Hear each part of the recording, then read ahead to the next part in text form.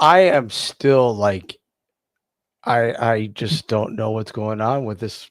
It looks like shit. I don't know. My network is screwed and I don't get it. Everything's fine on this end.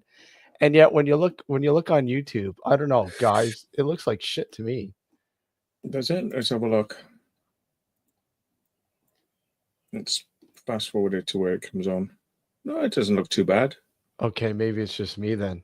It keeps saying now it's fine, but Yeah, it keeps going to like, your network sucks. And it makes no sense because everything's fine. It must be StreamYard. they have been having problems with it um, going down recently, so I don't know. It might be something at their end. Sorry. We're being Yeah, sabotaged. We're being sabotaged. yeah, Maybe it's a signal that something's on its way, Matt. yeah. uh, Hello, Mark. yeah. Ghost Adventures of Como. Hey, Mark, how are you? Steve, Dazzy, how you doing? Michael, good to see you. Your sticker's coming soon. It's on its way. David, how are you? And the Bud Files and Tony. What's going on, Tony? Yeah, it's I sent some more stickers out. Oh, maybe I'll send you another one, Matt, with your with your mail. Yeah. Well, did you send me one? I think you Yeah, you do. probably You did. have one up there. Yeah, there it is. Look, I it's see down your here. one. It's down here in my bookcase of green screen. Look, it's there on the fifth shelf up on the I see in it, man, between in those the books. distance. Yeah, I see Yeah. that. It's holding Mm. up holding. It's in between two books. It's a bookmark. Hey, Andrew Kiwi, all the way from New Zealand. It's been a while. It's good to see you. Hey, down under, Danny, how are you? Good to see you. Yeah, it's okay. Everything seems to be fine now. I guess seems to be fine. Um, I just I've been going through. I wanted to ask you, like, what's I know there's crap that you can get, but there's got to be like a cheaper way. I've got a whole bunch of like digital high eight and mini DVs I got to transfer because I want to put some content out there. Like I'm going through the archives and I got so much stuff I want to get at. What's the best way to transfer it to the PC? Capture card or Yeah, a HDMI USB capture device or something like that. You can get like a plug-in physical capture card, yeah, which will give you HDMI's in, yeah. or you can get like a USB 3 one. I've got one of those. It does 4K, and Really? well, high 8 won't be 4K. Obviously, I mean, high 8 will be standard definition, but I mean, it'll Yeah, be enough to do that sort of thing. As long as it's got a HDMI out. If it's only got SVHS out, you'll need to get a slightly more snazzy card that's got composite and S video in and audio's in. Yeah. I seen some stuff out there. They go from like anywhere from 150 to like 200 and up. But I guess hey, you gotta spend the money to do it. So You want to get, something from Black Magic will probably be quite good. Black Magic. Yeah, I mean, you'll get something. You want to capture interlace. It's got to be able to capture interlace. You don't want anything that's capturing just, sort of progressive frames or whatever, Mhm. decimating the interlace out of it. Because what you can then do is you can take the 29.97 interlace footage and Mhm. you can move it up to being 60 frames a second Yeah. progressive footage, which will look a little bit better. And I mean, you could stretch it too, right? I mean, obviously, you can stretch the ratio with Yeah, a but lot of that stuff. yeah, because it's 4:3, but Mhm. yeah, you can do. I mean, archival footage. I mean, it looks a bit weird when it's stretched, but I mean, Yeah, you could zoom into it without stretching it. But yeah, yeah, yeah. I mean, I've done it a few times, and it looks okay. But hey, it's high eight, digital high eight, and mini DV is not too bad, but digital high eight, holy crap! yeah, Especially night vision. The old Sony night vision. yeah, God, what a difference between night vision today yeah. and digital high eight. Oh my God! But those Well, digital, it's not. It's a lot better the stability of the signal, but Mhm. yeah, it's just Yeah, low quality image sensors back in those days. So yeah. yeah, I've got so much footage. Like, I mean, I have literally probably I'd say about 300 investigations of some pretty popular locations and other stuff all over the US and Canada. And I want to transfer a lot of it and try to get it onto, you know, up here.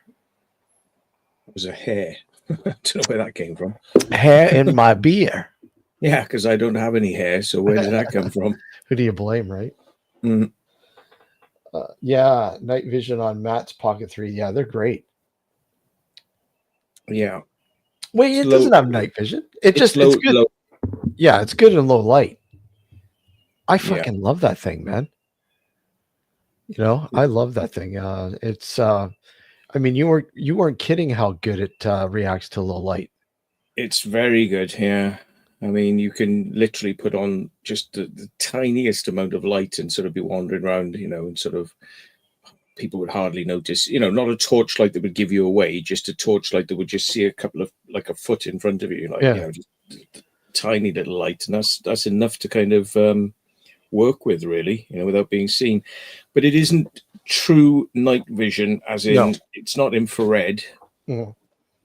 Um, yeah, so it's not like the ghost cameras, where everybody's eyes are, well, people's eyes are dilated, but you don't get the bounce back as well, that you do with infrared. Oh, here we My go. God, he's got his eyes are glowing red. Yeah, Oh, hold on. What's this here? wankers. Yeah, Yeah. you gotta love this wankus. So the phone is on flight mode. So, ah ha.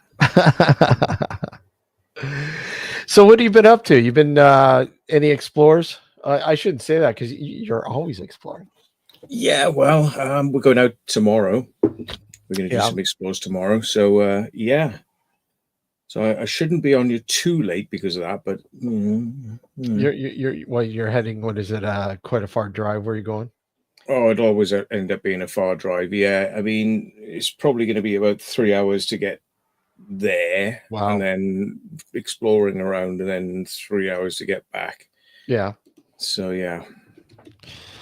What's what's the longest you've traveled to an explore?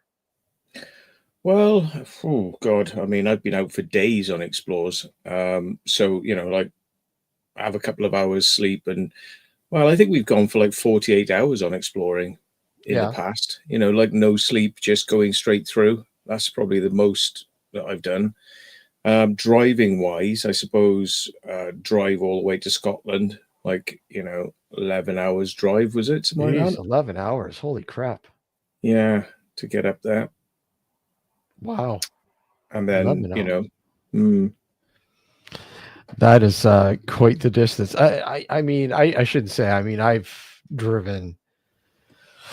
God, I think, yeah, probably 11, 12 hours to, I think, probably Louisville, Kentucky, which oh, is which is roughly about, yeah, almost 12 hours on the road, straight driving. I remember going to the border. We went through the border at the Windsor Detroit border, and this at that time the guys had never been over the border before. This is like their first time going over, and so I said, "Oh well, let's christen it, right?" And I go to the guys. I go, "Look at, they may pull us over. They may pull us over because we got all this fancy equipment because we're going ghost hunting." And we got all this weird equipment, so they might want to look it over. So don't be surprised if they pull us over. Tell us to pull over, right? So we get to the border, get our passports out, and it was this big burly black guy, like he was just straight faced. Where y'all from? Canada. Where are you going? Louisville, Kentucky. Straight face.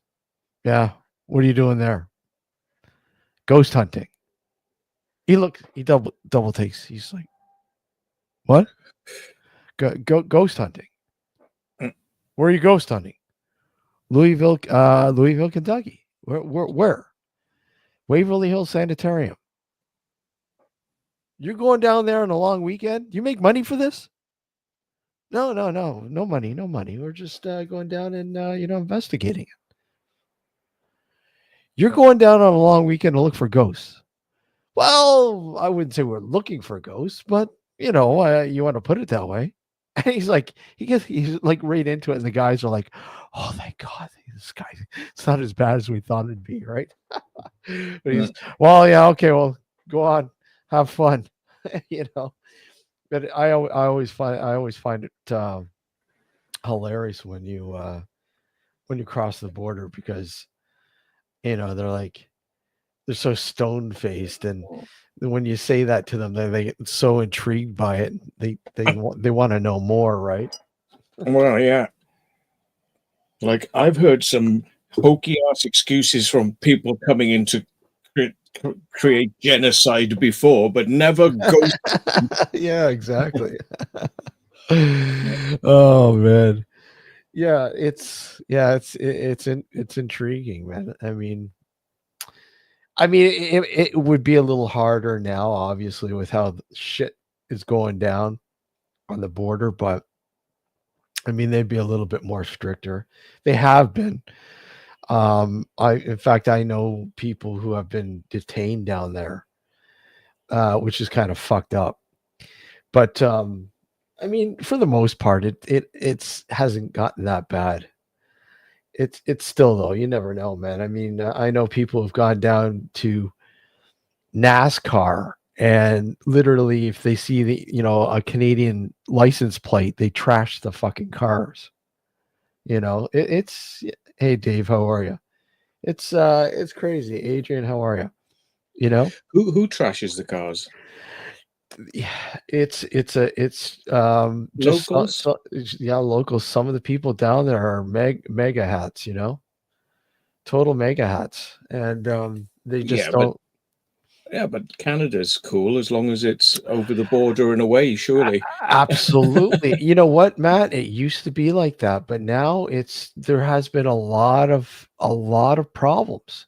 And What, it's like anti sentiment against Canadians, like well, okay, so now you got this trade war going on, right? You got this trade mm, war, like literally he's got a trade war going on with everybody. But, especially with Canada, we're supposed to be like your major trading partner. We've been neighbors for years. We've never had this problem. And it's like, if you want to defy him, you're all of a sudden an enemy. It's just it so much fucking shit down there. It's so I guess being misled. mm, It's amazing the attitude that a lot of these people, and I'm not saying it's like that everywhere down there, but in certain, like literally in certain parts, you, you really got to watch it, especially if you're not American. It doesn't matter where you're from, you know. mm. Hey, Steve, how are you? Mr. Wills is with us. Hi, Steve. You know, Yeah. it's it's crazy how things have gotten, and why? Because of fucking trade, tariff. Mm. You know, that T word that is swirling around like it's a bad taste. I mean, uh, you guys haven't. You've lucked out. I think you guys are tariff free for 12 months, anyways. I think. Yeah, I mean, I don't follow what they've done very much, I must be honest. But yeah, I kind of thought that, like, Canada and America were kind of closely allied. I wouldn't have thought that there would have been that much Extremely, animosity. extremely close, man. It's amazing how much of a divide has been. I mean, I shouldn't say there has been like this huge divide. I mean, the common American and the common Canadian see that it's not, it's not that. Mm. It's more political than anything. There's a political division, if anything. Yeah. And we all know political division really divides. It really leaks into other areas, obviously. But it's sad. I mean, you've got because of I guess they didn't expect the states to Trump to put tariffs on Canada, like some of the major, like steel and aluminum and the the car manufacturing.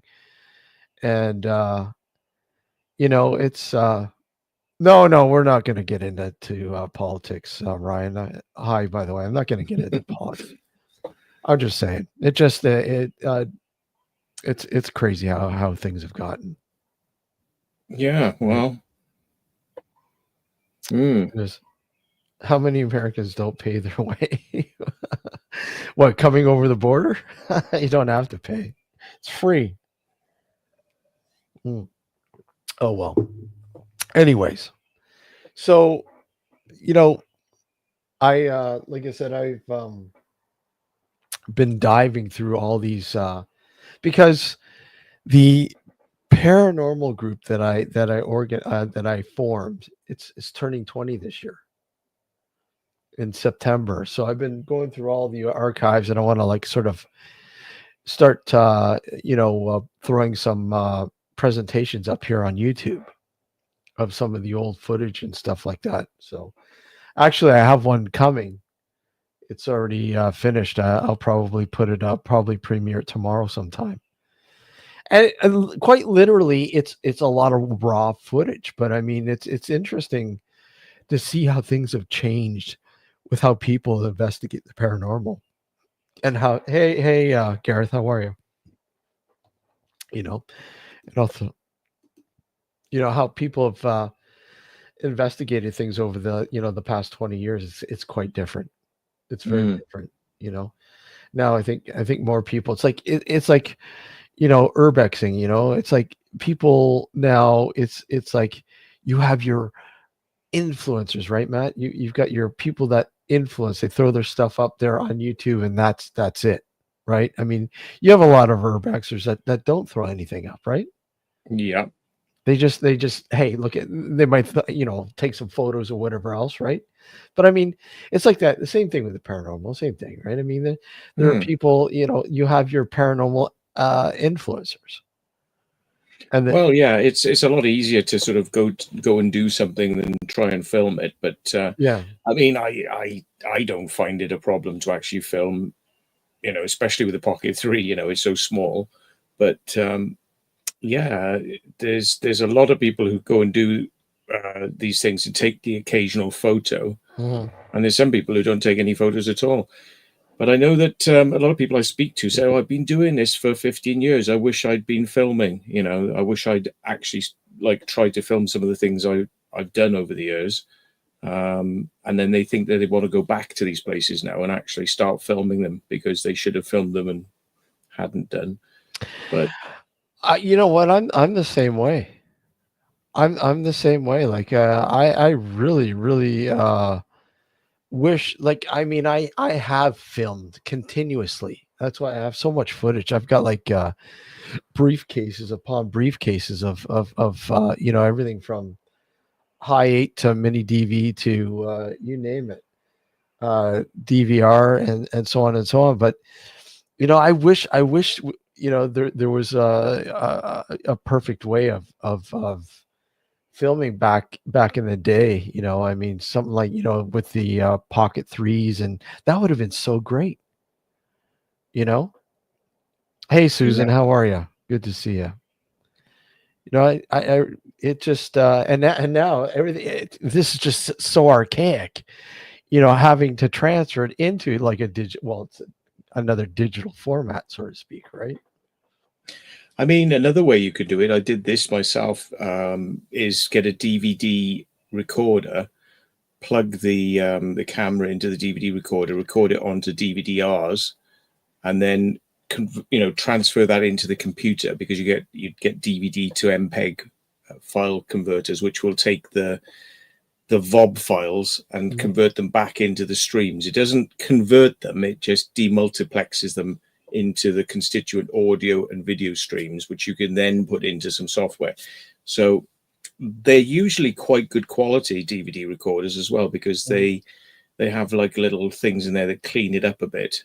Yeah, So yeah, that could be an easy way to do it, because you can just like press play, press record on the thing, not tie up your computer that way. I actually have been doing it that way, Yeah, but my DVD recorder pooped out on me. died. It died. It died. Hey, Carla, how are you? Good to see you. Yeah, it pooped out on me. And I mean, I managed to get a whole bunch, but I got so much. Mm. It'll definitely take me a while, right? Yeah, I think mine died on me as well. To be honest, I chucked it out because it wasn't. Oh no, I didn't. No, there it is. It's still there. It's Yeah. just doesn't always produce discs that are readable. So it's like, Hey, Mick Spana, how are you, Mick? mm. How you doing, mate? I am going to get to bed at a reasonable hour, Mick, so I could be up in the morning. Yeah, Yeah, don't worry, because we won't keep we him we won't keep him long, Nick.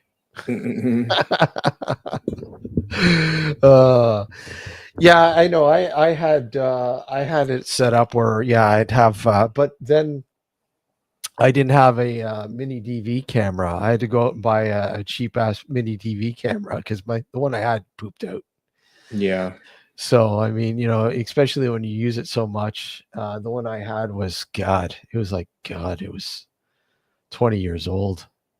It bit the dust, so I had to go out and go to one of these cheap ass pawn shops and grab a real cheap one. And I mean, so far it's doing okay. I'm going to try to fix my recorder, but I think is it really worth it? Maybe I should just grab one of those setups where you can just hook it up to the PC, the camera right to the PC, right? you can do that. Yeah, it just ties up your computer a lot when you're doing it because you've got to kind of leave it, don't touch it, sort of thing, because they're a bit sensitive to, you can't just run it in the background whilst you're doing other things. It kind of tend to find that you have to kind of like kid Yeah. glove, don't touch when it's doing its stuff. Yeah. Man, I feel like I've got a fucking like that background you have. That's literally what I have for tapes, almost. Seriously, there's just so many of them.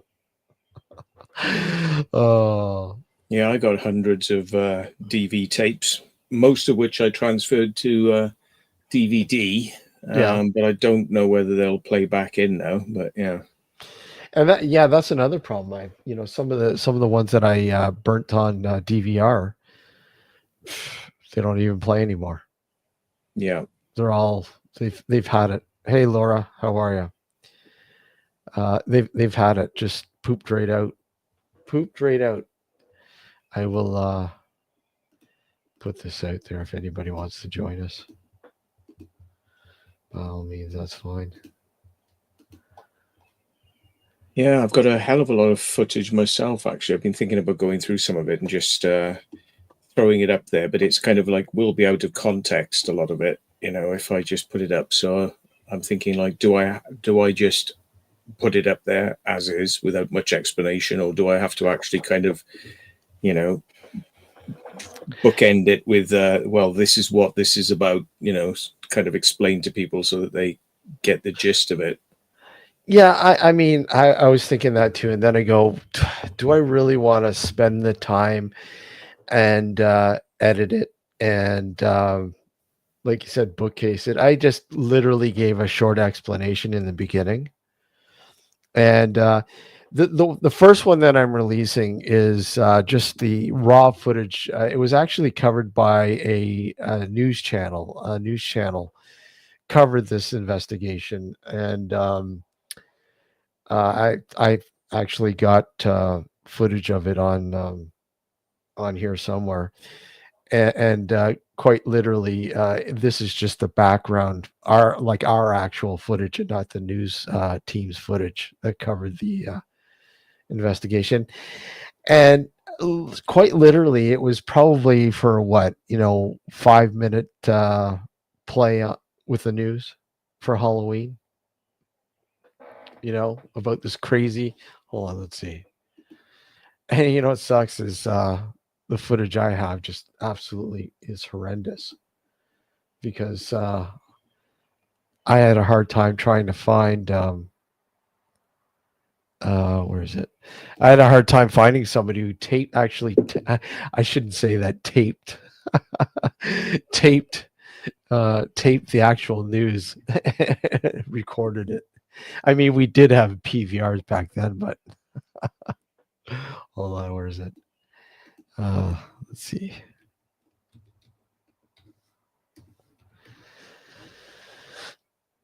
Oh, there we Oh, guess what, Matt? Guess what? Guess what? Hold on. Give me a sec. I'm going to throw this up. I'm going to throw this up. And where are we? I'll throw You this found up. a piece of old footage, no doubt, then. I found some footage, but something's at the door. Where is it? Where the hell did it go? Did I take it down? I didn't take it down. Well, oh, here it is. Oh, hold on. This is the actual. I'll play this and I'll go get the door. Hold on. Okay. Share screen. And this is the actual. And the audio is just absolutely horrendous. Okay, give me a sec. All right, hearing strange noises that go bump in the night would scare a whole lot of us, especially at this very spooky time of the year. And spooky anchor desk, apparently. But paranormal investigators aren't like most people. No. They actively search out evidence of a spirit world. Anthony Robart goes ghost hunting in what's considered to be Mississauga's oldest haunted house. I swear to God, I saw that candle moved a bit. Witnesses saying that they've seen people walk across the windows upstairs to the usual bang noises, voices. Dating back to the early 1800s, Cherry Hill is the oldest surviving house in Mississauga. A restaurant for the past 30 years, it has a rich and, according to the locals, chilling history. There are some people who come in here, they see something by fireplace, they see something, the native Indian faces, and they see somebody sitting on the table. These encounters apparently only started to occur after Cherry Hill was moved in the early 70s. Yes, it was moved about 800 feet to allow new roads to be built. It was actually sitting on a native burial land. God, do I ever look young? To be lurking is that of the original owner, Jane Silverthorne. No sooner that I mentioned her name, I said, Jane, are you Jesus, Murphy. That I saw what looked like a person walking by the one door. The Southern Ontario Paranormal Society even captured this recording during one of their investigations.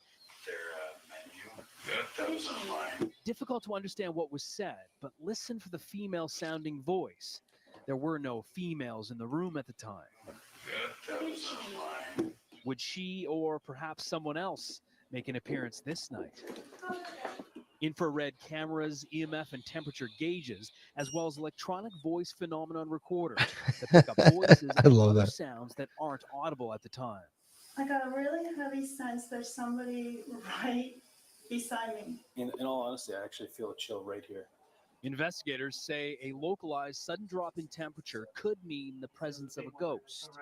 But wait till you hear what happens next. You hearing that? Yeah, it sounded like footsteps. And listening to the tapes, this is what was picked up. Listen for the whisper. It wasn't any of us. And here as well. If so, can you do that again? Wow. That's wild. Was it Jane Silverthorne or perhaps someone else? It seems whoever it may be has no intention of leaving. Anthony Robart, Global News.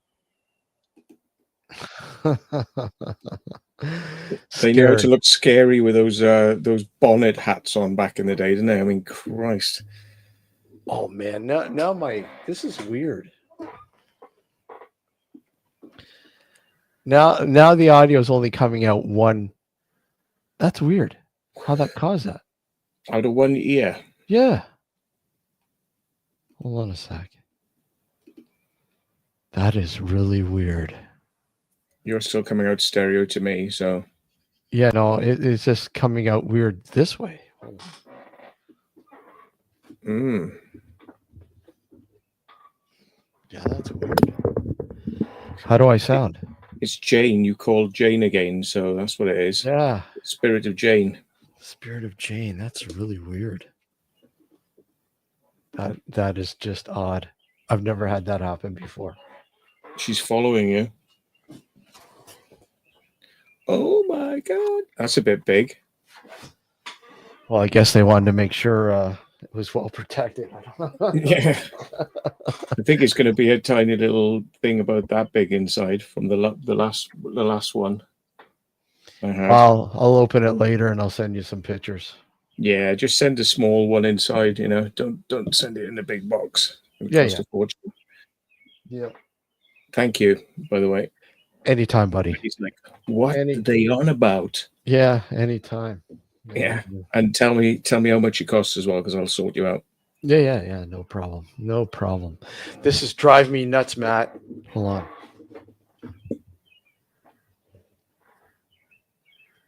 Say You something. can hear bird song.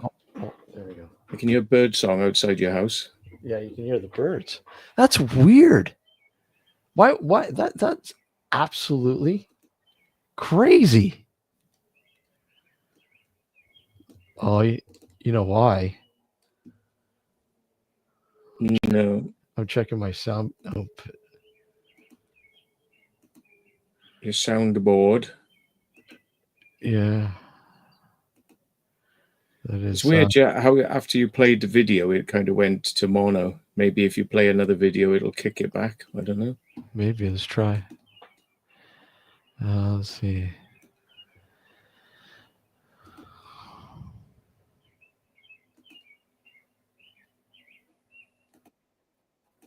No, not working. No, That is the weirdest. You guys hear? Yeah. You're gonna hear the birds. I have the window open. It's hot. Is it humid over there? It's quite hot, actually. I've got my air conditioner on, so I'm not really feeling most of it. But it's nighttime now, but it's still warm in the room. Yeah, I've not put the AC on yet. I'm like refusing to, but I think I might have to do it tonight. Yeah. It's supposed to go up to I think tomorrow with humidity 45 degrees Celsius. Oh, nice. That is insane. That's pretty. That's something. Bloody hell. It's hotter than we've got it here, and you're in Canada. Yeah, well, it gets like that here, right? It gets really it gets like quite hot, right? And I'm just trying to. This thing is just is driving me nuts. Have you tried going into settings, audio, and then going to speaker output, and then changing it from one speaker output to back to the original speaker output? So change it back and forth, like kick it. There's a test button in there as well. You can press that and test whether it's coming out of both speakers. Yeah. Hold on. Try that. Say something. Yeah, 1, 2, 3, 4, 5. No. 1, 2, 3, 4, 5. No, still like the speakers. Well, it happened when you left the room. I mean, it's not just your jack plug for the headphones is needing a bit of moving. Dodgy wire because you took it off, put it on. You haven't like pulled a little jack out of the side of it or something, taking your headphones off. No, I just checked it now and everything seems to be okay. Yeah, it's weird. Maybe this thing's finally gone. These time to get a headset. I don't know. Let's see. Yeah, I'm in the and the testing. The testing is it's again just one side, is it, through the test? Yeah. Yeah. Yeah. Or how do you come out of the back of your computer? Is it a jack into mixing desk and then into headphones? Because I mean, you could check the jacks on the back of the computer, just wiggle them. Yeah, hold on a sec. It's got to be something simple like that. This is highly annoying for him. Yeah. This would drive an OCD person crazy. Yeah. Everything's fine. It's weird. It's come back now, is it? It's No. okay? No. Still like yeah, it's weird. I mean, would it be in the browser? Could be in the browser. Give me a sec. Hold on. Maybe. I mean, just open another browser with YouTube, different browser, and just play YouTube. See if you get it in stereo. Okay, hold on. Because it could just be the browser's kind of gone funky, I suppose. Could be. Where's my other browser? Where did I put it? There we go. Let's see.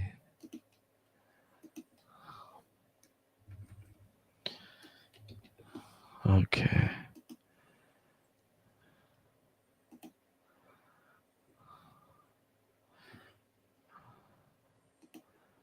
I just need. Nope, same thing. Same thing. Oh, same thing in the browser. Hold on a sec. Hold on. Hopefully this doesn't fuck up. Okay. He's quitting the browser, and he's gonna log back in and come back in, and yeah, the excitement of computers. Yeah, still doing it. Yeah, it's still doing it. I think these probably are shot now.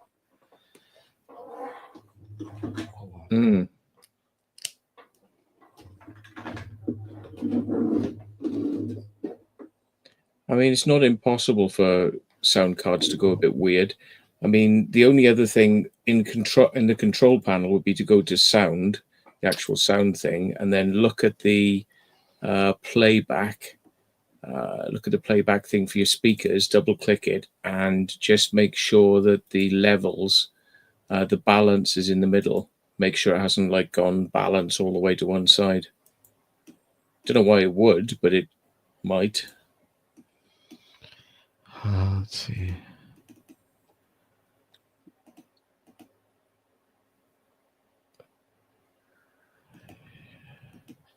I can't even open it up.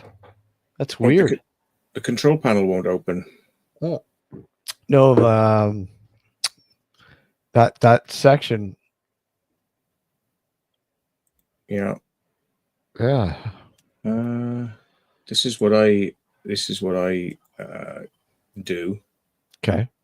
If you want to kind of bring it up, I'll show you what I kind of do and where it is, just in case you're not looking at the same thing. Are you seeing what I'm saying? Are you going to bring it up? Or oh, sorry. Okay, here we go.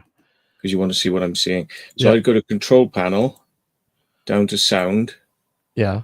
And in sound, look at the speakers bit, double click it, and then go to levels, and then look at what volume level you got there, and then look at the balance, and then make sure that it's the same both sides, so the balance isn't out.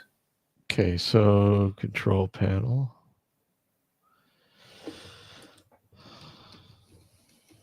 But yeah. All right. Where did you go again?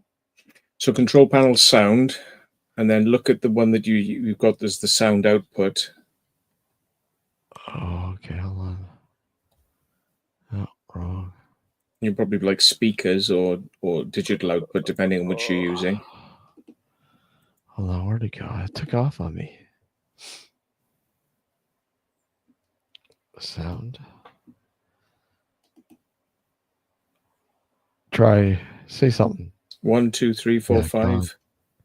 Completely gone. And the balances are both at the same level, yeah? Yeah, okay, now it's back, but it's okay. Say something? Balances are okay now. 1, 2, 3, 4, 5. Nope. Nope. I bet you if you rebooted the machine, it would go back to working. It's just a glitch, isn't it? Yeah. Okay, you want to give me a sec? No, this is an OCD man. Look, he's got to reboot it. It's going to bug him. Okay, it's gonna bug me, man. Hold on. Yeah. Okay, hold on.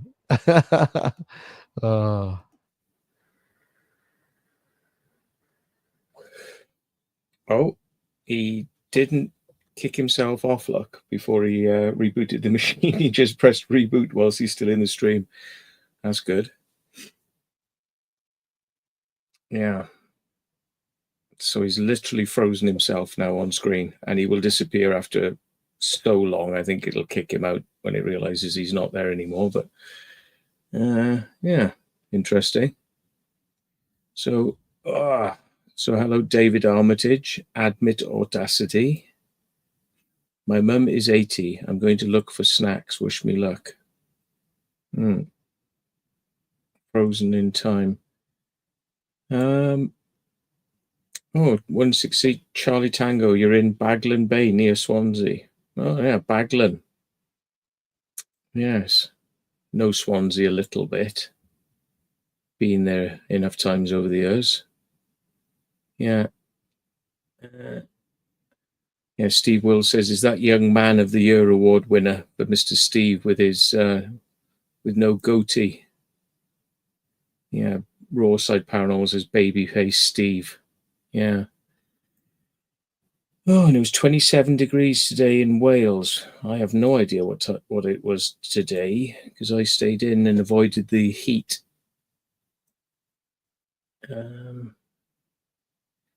Senior Spookfest says they're all good videos from me when I was 16 on to like 24-year-old. So lots of tapes he kept safe. Not capes, tapes. Julie says it's 33 where she is.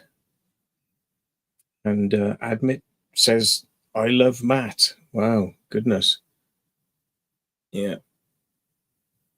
Abandoned and Forgotten Wales. Hello, sir. Yeah.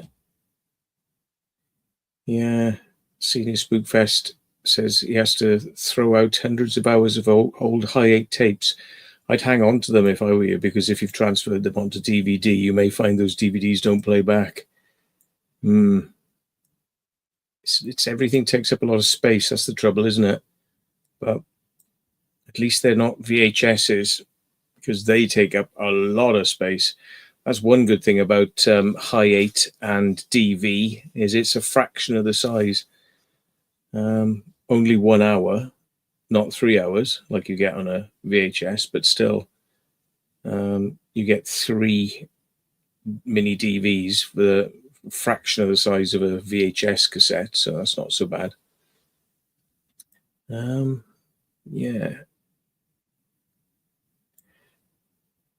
Yeah, it's doing an update now. Yeah, that's right.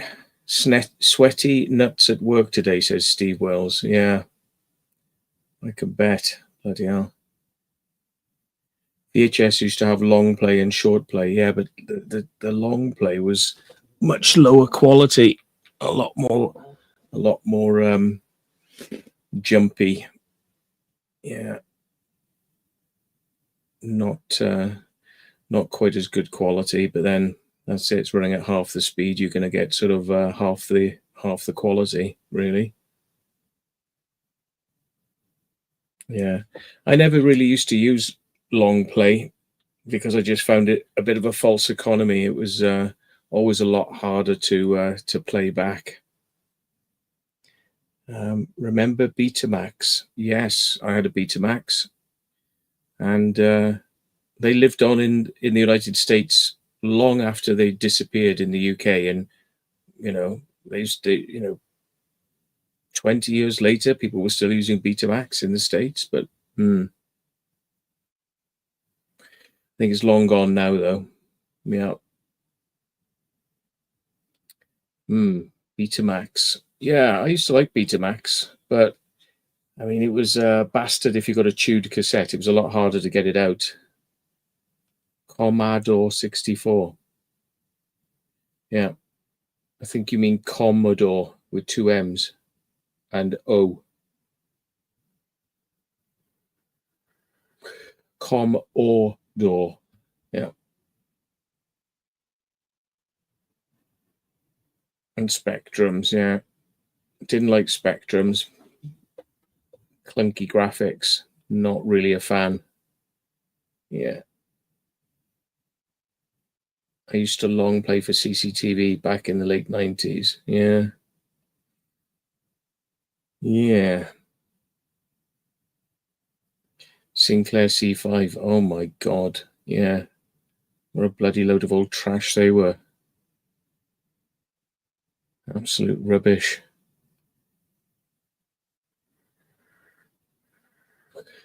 I think we had one person that lived where I was who was riding around in his Sinclair C5, and I was like, yeah, this looks pathetic. Couldn't climb hills. How are you doing, Steve? Did it fix it? No, I think these are blown. No. Yeah, I got to get a new headset because I can't get them to work no matter what. Nah. That's know. so weird, isn't it? Just like left the room, came back, fucked. So basically, when I played that video, for some odd reason, that's when it did it. When he switched back over here, it for some odd reason, weird. Weird. Oh, well. Now you know. You've muted yourself now. There we go. Something dropped on your keyboard, no doubt. No, I just wanted to unplug my my mixer. See if that was the problem, but it's not. I have a spare, but I'm not going to dig it out. I don't know where right now. God. Oh well, time for a new set. That's the way it goes. Well, yeah, they look like a nice set. I mean, if it was me, I would chop the wire off and solder on. Sure. Yeah.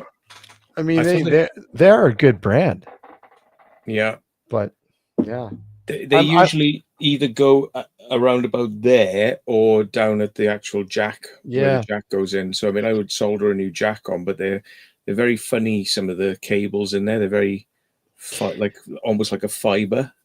Yeah. Well, what I'll do is I'll dig out my other pair, see if it is in fact the jack. This I want to make sure. Otherwise, hopefully, I don't think it would be the sound card, would it?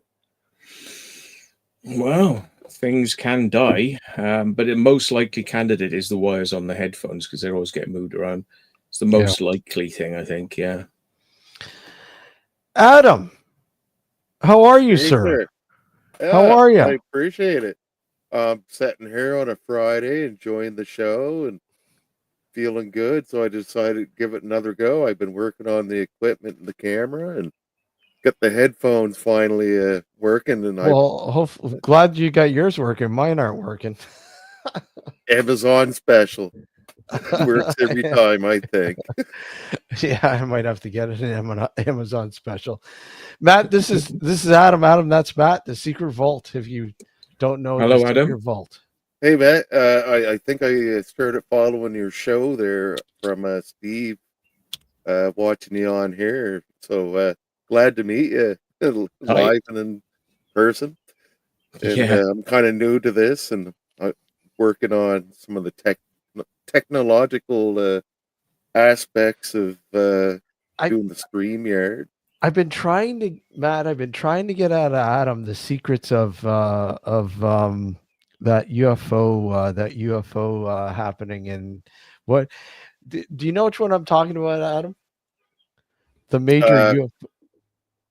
Shag Harbor. Shag Harbor. Shag Harbor. And, Matt, do you know much about Shag Harbor?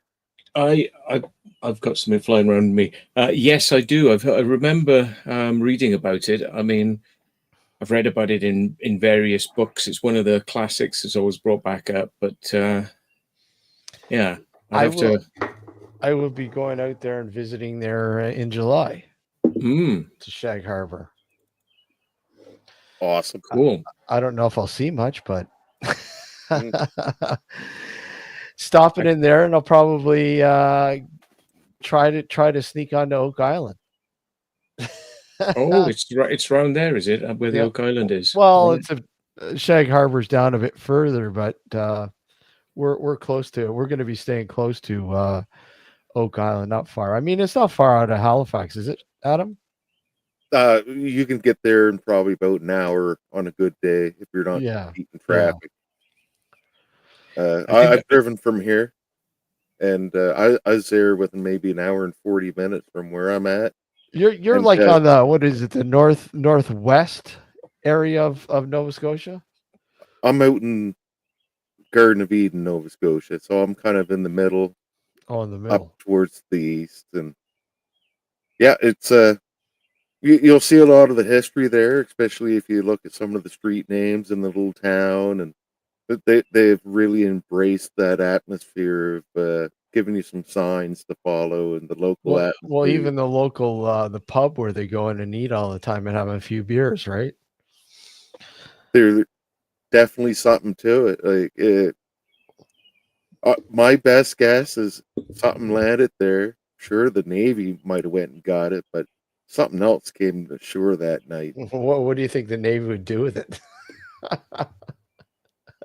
They probably didn't even know. They just collected it off the bottom of the ocean floor. This looks dragged it like up. a radar. It looks like a satellite.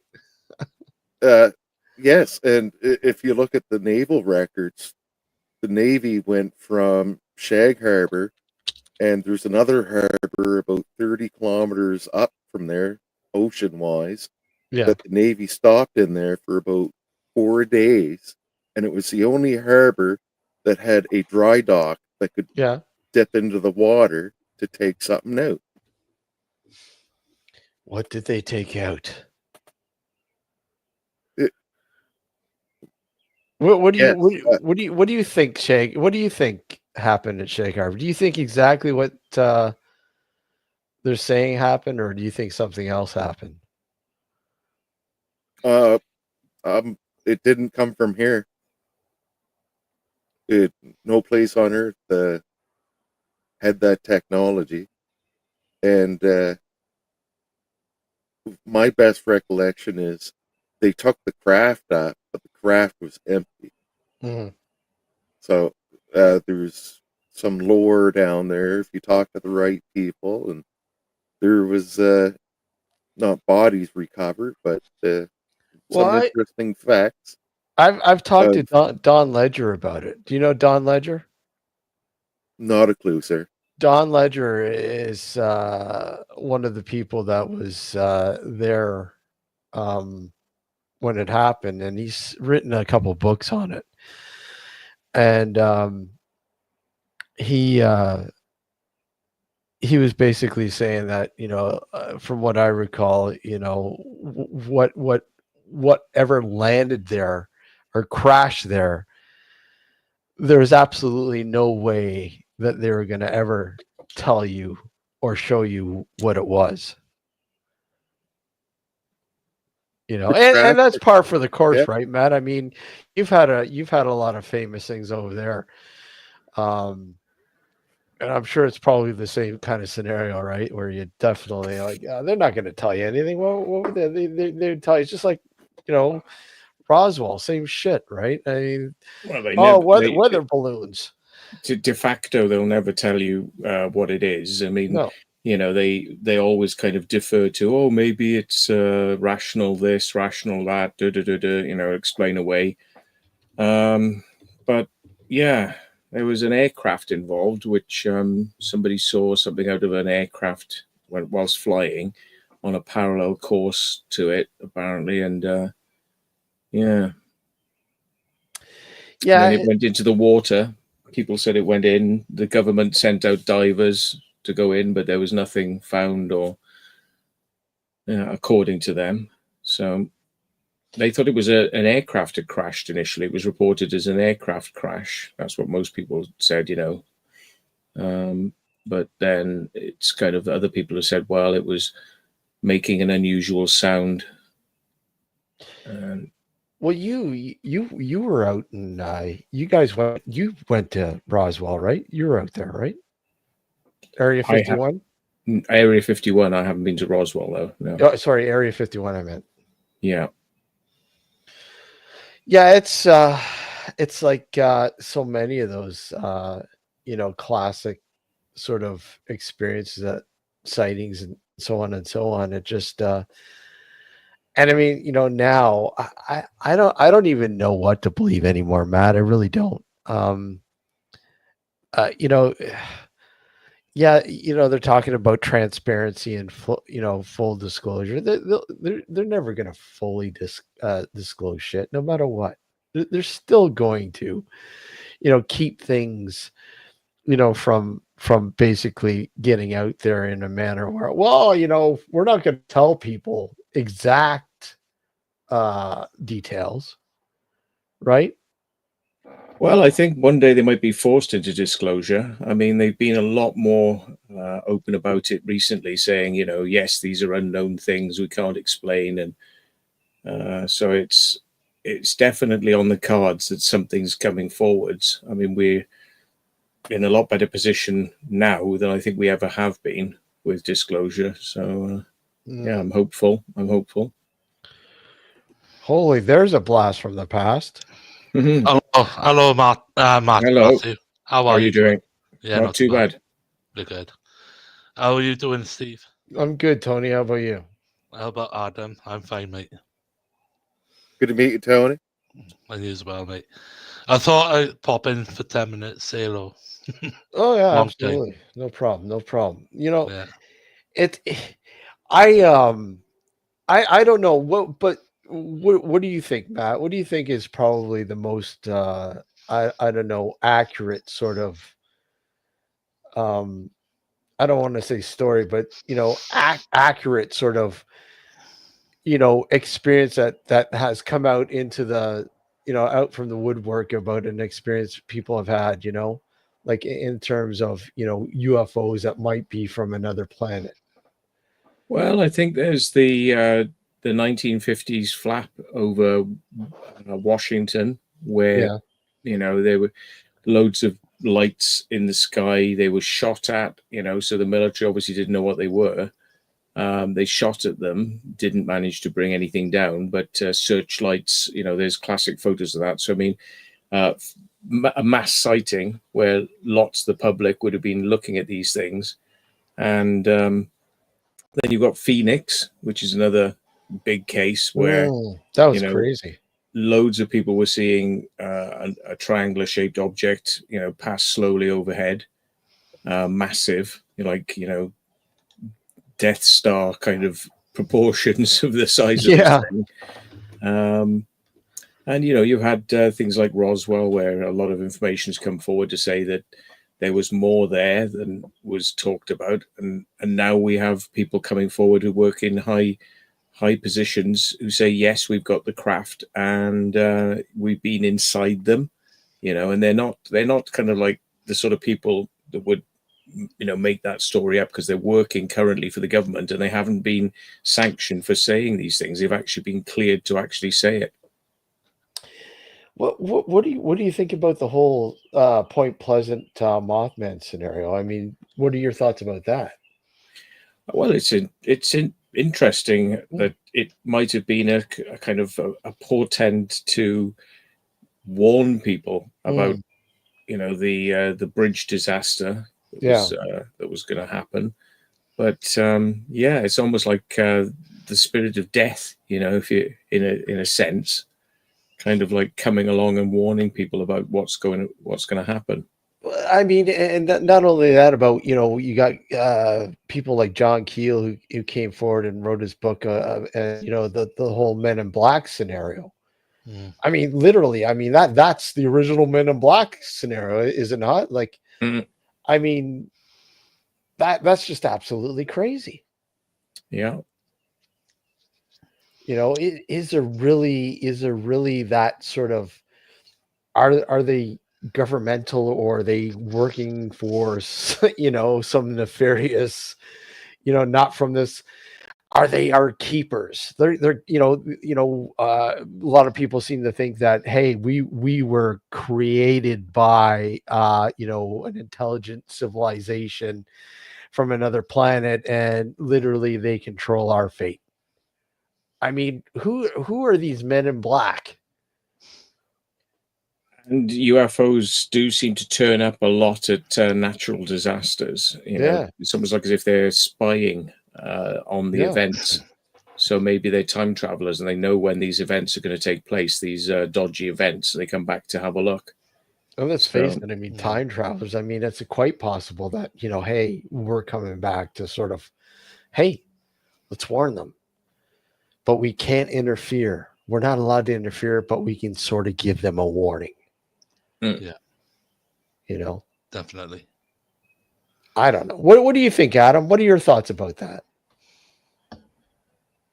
I think that's close to being a universal law of time travel. You can't interfere directly with that situation, but if I make a noise over here that draws your attention out into or away from what's about to happen, it's like divine timing. If I'm waiting at the red light and it takes too long, and all of a sudden it means I was waiting too long at that red light that There's should a have reason changed, for it. There's a reason for and I watch an accident happen in front of me, that could have been me.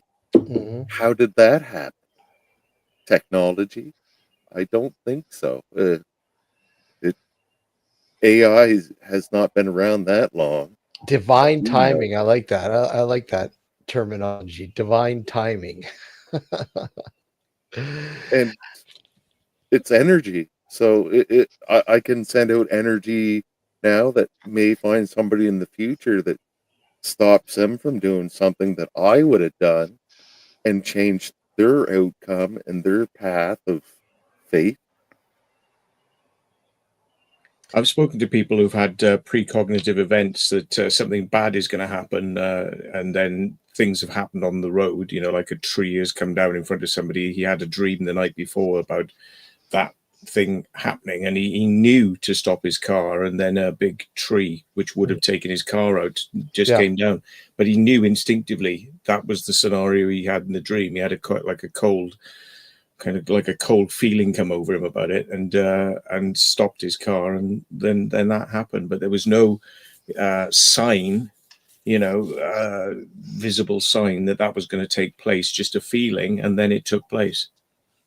So I think people do sometimes pick up on these things, but it's kind of like, was he always destined to not be taken out by the tree? And was that always meant to be his destiny, or was something stopping him getting taken out by the tree? Yeah, multiverse. I mean, there's another scenario, right? I mean, the possibility of another dimension sort of leaking in, leaching in.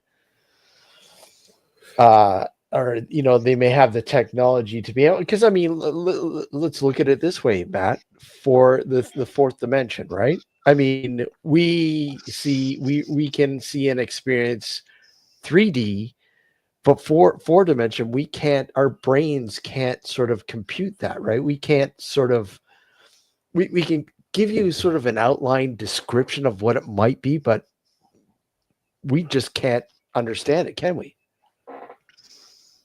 Maybe UFOs dip in and out of another dimension like that, and that's why they appear to disappear, because then they're not just traveling from A to B at fantastic speeds, but I mean, they're actually dipping in and out of dimensions. That's a possibility. I mean, could that be this thing? And this kind of leads into the, well, hey, look at this, they're all connected somehow, but Bigfoot, people, well, where's the proof? Where's the proof? I mean, is it possible that these creatures might have that same sort of ability to sort of pop in and out? But you kind of wonder why. I mean, I've got evidence of Bigfoot here, like, sort of. I think it's pretty pretty convincing. I've seen a few of these. These are hilarious. Yeah. These are hilarious. These ribs, I'm going to season them up real nice, and a tip is to cut the membrane on the back of the ribs for better cooking. Tip about seasoning ribs is always use your finger. There we go. Those are classic, man. They're hilarious. Fantastic. Adam, have you been out on a trip in? What were the ribs like?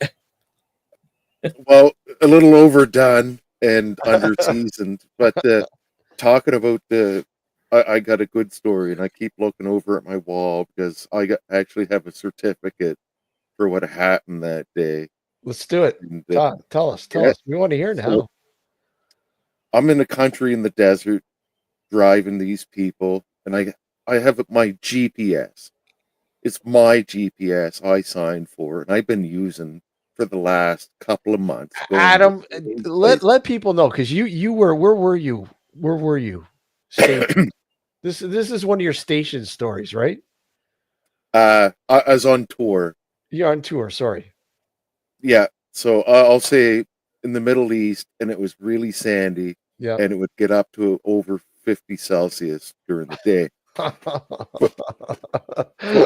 Crazy. And one day I'm driving along, going to the same place I always went to, and the GPS all of a sudden changed routes, going to the same spot, but it automatically switched routes. And the people I'm driving, they're like, no, we got to turn back. I'm like, we're going to the same spot. We're Mhm. going this way for a reason. It's going to be 3 minutes longer. We're just taking a different exit going around the highway. Mhm. It'll be fine. We're getting there. So soon as we pull up to the main gate, here's this major accident. And the people that I was driving happened to be somebody that was trained in medical. I did search and rescue, so Yeah. I got some stuff in there too. Mhm. And you couldn't time it any better. Soon as we pulled in there, we watched a tire bounce across the road, Ooh. trucks on the other side smash into each other. And if we weren't there with the experience that we had, there would have been a fatality because guy's hand got messed up because he held onto the dashboard Mhm. on the other side. And it, you can time it out any better. And I'm sure there's more to my certificate in the report that you could put in access to information to Mhm. for the award that I received. And yeah, I just knew in my gut, I'm like, no, we're not turning around. We're going this way for a reason. Yeah. And there happened to be a reason. And I keep this on my wall to remind myself. It's like, hey, like you might stumble once in a while and question yourself, but then you find out where you're at and who's around you. Yeah. It's pretty amazing. I'd say, yeah. That's crazy. And I mean, like you said, it's a place that you normally would go to. Yeah. And yeah, just a different route and bang. That's yeah, it's like the old wait a sec. Who believes in coincidence? Uh, I'm starting to relearn my vocabulary. A coincidence may be an opportunity. Sorry, I just got. Matt's got an invader there. Yeah, he's landed. He's landed now. Yeah. He's gonna fly. Yeah. Here, Yeah, moth. It's a I'm going to moth. put it on mute. And I'm going to go grab this for you, just so you don't end Sure. up having one of these weird stories that I can't talk about. I'll Sure. Yeah, put yeah. this Go on ahead. mute and go grab it. Go ahead, Adam. Go ahead. I mean, I mean, yeah. The Men in Black visited a witness, myself, and Matthew interviewed. Yeah. Wow, Matt, Yeah. a Men in Black. Yeah. Fucking crazy. How many? Like, there's probably so many people that have. Oh, here it is. Oh, crick. Yeah. Joint Task Force. And Adam's got quite the story. I mean, Adam, how many times again did you say you've been literally heart attacks? I'm up to 9 with the blood clots and the pulmonary embolisms. This guy is like, holy crap, yeah. man. 9 heart attacks. Jesus. Damn. When did they happen? Was it anything to do with injectables? No, No. I was always. I joined the military as soon as I could before I even got out of high school. So of course they always do the testing and the physicals every year, and yeah, I was all healthy until 2019, and all of a sudden I started having the complications. But were you already retired from the no, you were still in the military? yeah, I just turned 40 this year, so I Holy still shit! planned on having another 20 years of enjoying myself, of doing Wow! some fun things, and I Holy guess the shit! universe had a different path. That's crazy, man. No, I do remember you saying you had quite a bit of trouble there, but holy crap, that's Well, insane. there is something on the other side. I gotta say that there's Yeah, just you not. you were Uh, saying you had an experience. oh, a few of them, Yeah. and every time they keep sending me back. They're like, "It's not your time. You got to go back." And when you get up there, yeah, they do swear. And there are entities or beings or a representation even of your own subconsciousness of talking to you, and I can draw it out to this day. When I was laying on my couch after Mm, 40 minutes, I watched myself put my own soul back into my chest while watching myself on the couch. that's insane. Yeah. That's insane. Uh, I started calling it insane too, and weird and Mhm. abnormal, and then I started looking around and be like, no, that's actually something that's part of life. That's something we skip over and get so busy about and Yeah. disconnect it from. Um, Re-appreciating the terminologies people use, like Yeah. weird or crazy. I'm like, all right, give it a few years, you'll come back. And So what changed? Okay, from this onslaught of trouble that you've had, and from being in the military and then to now, how's your mindset changed? Like, what's changed with your mindset with all this? it's become clearer. Yeah. I'm not that congestion of in the mind of, I got to do this. I feel anxious about that. I feel so much at that Zen or Yeah. that 0 point, and there's no worry. I, I I was going to live in a camper trailer when I got out of the military. I didn't know what I was going to do. And Yeah. then all of a sudden, I got an acre of land and an extra large garden shed to live in instead of living out of my truck all of a sudden. I didn't ask for that. Yeah. And here I am, like, I'm not paying a mortgage. I'm paying, like, I got yearly taxes to pay Yeah. about. Like, Uh-huh. if I got to worry, all of a sudden, it's answered. And I got not the results, but there's a solution to it Yeah. when I start seeing the little things of Wow. the manifestation of the universe looks after all of us. And sometimes it hits us a little bit harder to pay attention.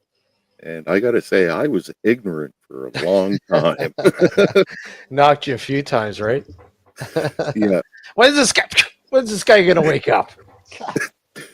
And that was part of it. But you wake up and there's so much more that even if you're awake, that it just don't stop. And I appreciate this experience now, because before somebody told me what time it was and asked me what the numbers meant, and I'm like, I don't know. It's almost lunch. Yeah, that's you hear that quite often. You hear people who have NDEs, and there's a lot of people who are obviously skeptical about what they've experienced, and try to scientifically verify, well, the brain is just recapturing moments, and so on and so on and so on. I mean, what do you think, Matt, about NDEs? I mean, like, your thoughts about that? Yeah, well, I mean, NDs and use of psychedelics like DMT, where you go to Yeah. another sort of layer where you're communicating with possibly astral beings.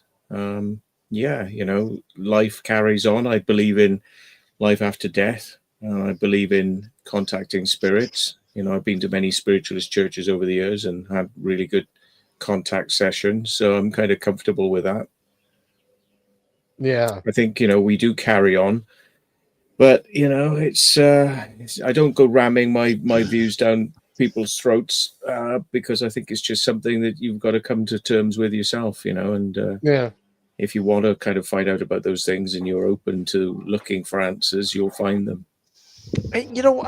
I think sometimes too that people like when they're sleeping, and there's probably, and this is obviously a rarity. I mean, there's a point that perhaps somebody might have actually,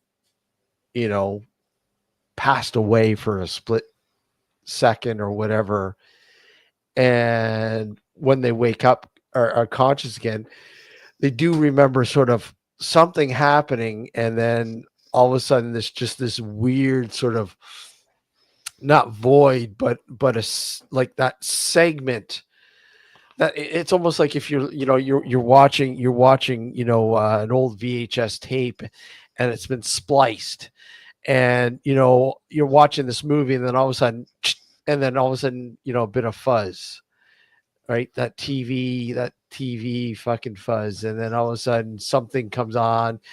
You are alive. Go back, and then splice, and you're back. Yeah. Like somebody telling you, go back. It's not your time yet. It's not your time. I mean, do like, and people are saying they hear that, but they're like, who was that? Was that your consciousness saying? Your subconsciousness or whatever? Is that, go back, or was that somebody telling you that? Well, people often report seeing family members who passed over, and those people giving them the message. I think Adam kind of was relating a little bit to that. Was it family members you saw, Adam? Not that I could recognize. I think it was the weekend crew that was hanging out at the gate, and they didn't expect anybody to come up there. Wait, we're busy. We're busy. Go back. Pretty much. They were on a yet. smoke break. And I remembered, I felt my last heartbeat. I took my last breath. I was comfortable about it, and everything narrowed right down. This little white light started, and it just started to see everything again. It's like your eyes and consciousness was able to sensorize the things that were around me. And I remember it, like I got up there and they're like, shit. You're not supposed to be here yet. You caught them. One caught them on break. Yeah. Yeah, one went inside and came back. I'm like, hey, I'm tired. I need 5 minutes. Just give me 5 minutes. And I remember sitting on this comfortable chair, and I saw everything from this perspective I can't even draw. Interesting. Like, it's there. And that's kind of symbolization, eh, Matt? The chair. He sat on the chair and he could see everything. I mean, what would that chair symbolize? Well, I mean, it's kind of, maybe you live on in a realm which is kind of similar, with things that you kind of recognize from where you came from, with familiar surroundings. I mean, there's obviously going to be some differences, but familiar faces, familiar objects, that sort of thing. I mean, I always wondered whether, if when we die, we become like an atom that kind of fires off around the universe and goes and sees things. That's just kind of what I wonder. But so many people talk about having these experiences whereby they visit family members on the other side, they come out of that light and kind of talk to them, and sort of, and then send them back.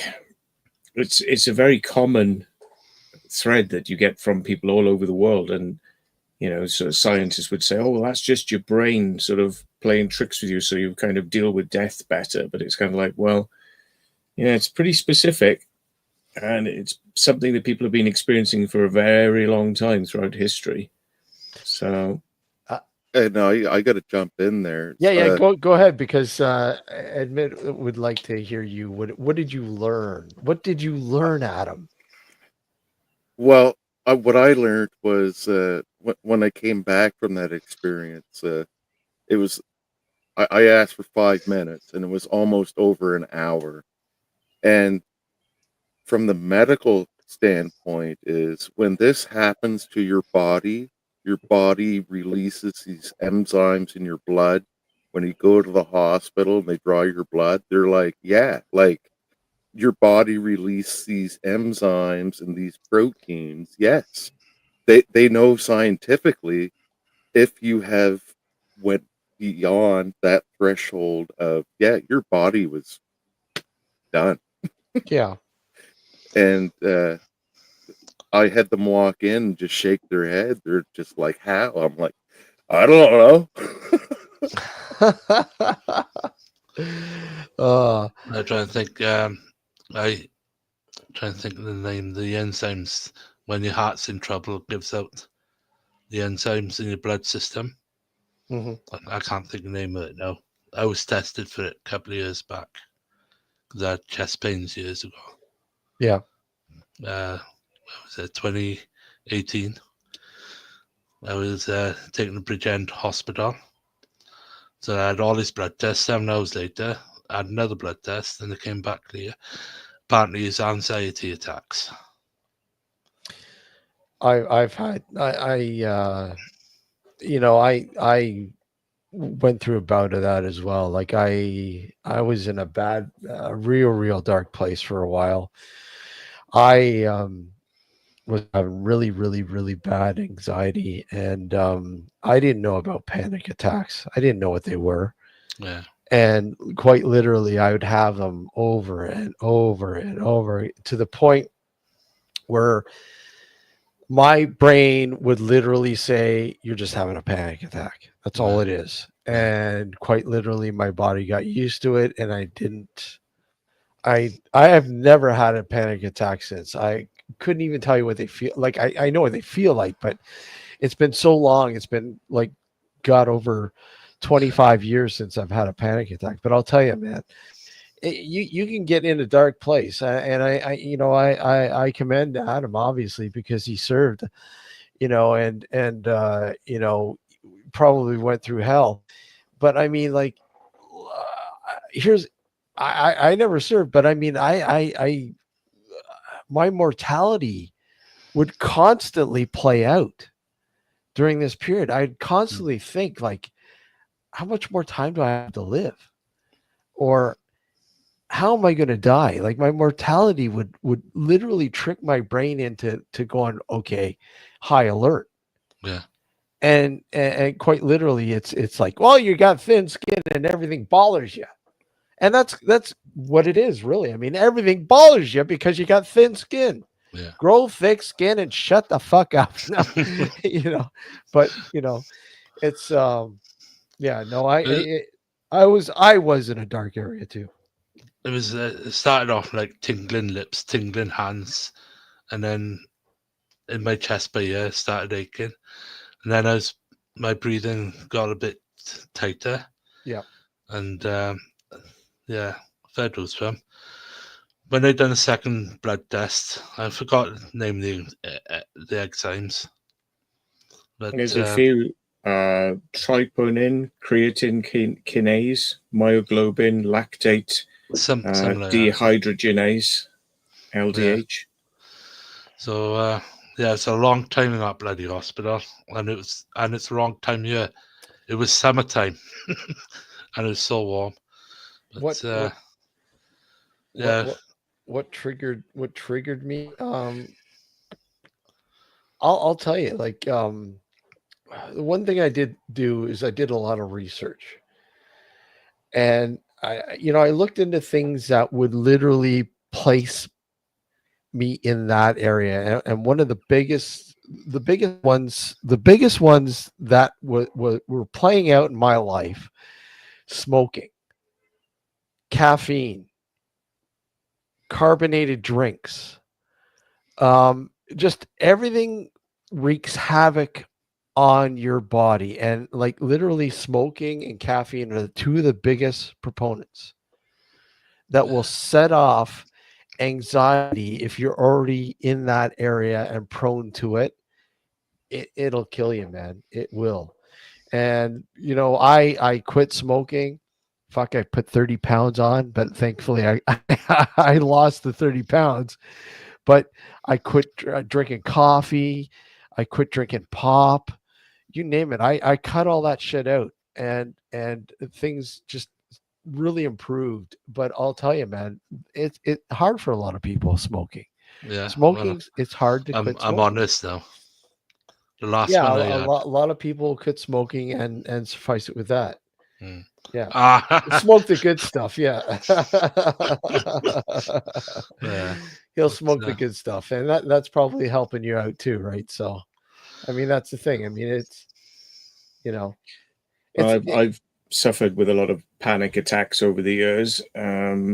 Thought I was dying, thought I was having a heart attack, all that sort of crap, hyperventilation, and it's really hard to kind of talk yourself out of what's actually happening, because you do kind of think like, I'm dying, what do I do? And then you think, there's nothing I can do, and everything you think to do, your brain goes, no, that's not right. That would kill you. Don't do that. Don't do this. Don't do, So your brain, it's kind of like this doubt. Yeah. Kind of like release. I think it releases serotonin or something like that. And Yeah. the brain releases whatever. I can't pronounce it. Serotonin. Yeah, that's it. Serotonin. Yeah, and that's your liver produces it for your brain. Yeah. And if you're not getting enough, that's what happens. You're not producing enough serotonin. It's a mood mood, right? Chemical that literally conducts your moods. And that's another thing I did. I looked into stuff that would help me produce more serotonin, right? And one of the biggest two things that I found, Matt, was Japanese green tea sencha and goji berries. Mm. Goji berries and Japanese green sencha tea. And I started ordering it straight from a farm in Kyoto years ago, and I still order it, and it's the best fucking tea ever. If you like tea, like if you like green tea, it's the best thing, man. Right, I'm gonna have to get my head to bed. All right, Tony. Good to see you, mate. Good to Nice see you, to see mate. you, Matt. All the Nice to best. see you, Steve. And Take you, care. and Adam. Take it. And Take also care. in the chat. Take care, everyone. Yep. Take care. Bye bye. Bye bye. See ya, Tony. Da. How do I get out of this now? You're stuck now. You're in the multiverse. You're studio. stuck. I got it. Thank you, Matt. Cheers. Take care, mate. Bye bye. See ya, Tony. Bye bye. See ya. I take beta blockers because my thing is I've got over adrenaline production, so I remember you were saying that. Yeah, my heart races, and I kind of feel like I got to get up, and it's fight or flight. That panic attack thing. When if you get up and run around, which would be the equivalent of fight, that absorbs the adrenaline. But if you're just sitting down and there's nowhere for it to go, it just builds up, and that's what triggers the panic attacks for me. So I take the beta blockers, and then it just cuts out the adrenaline and keeps me on a level thing. Yeah. I would. Yeah, I agree, Matt. I mean, I was the same way. I was constantly, like, literally something would literally fucking and you know what I found too? Droning.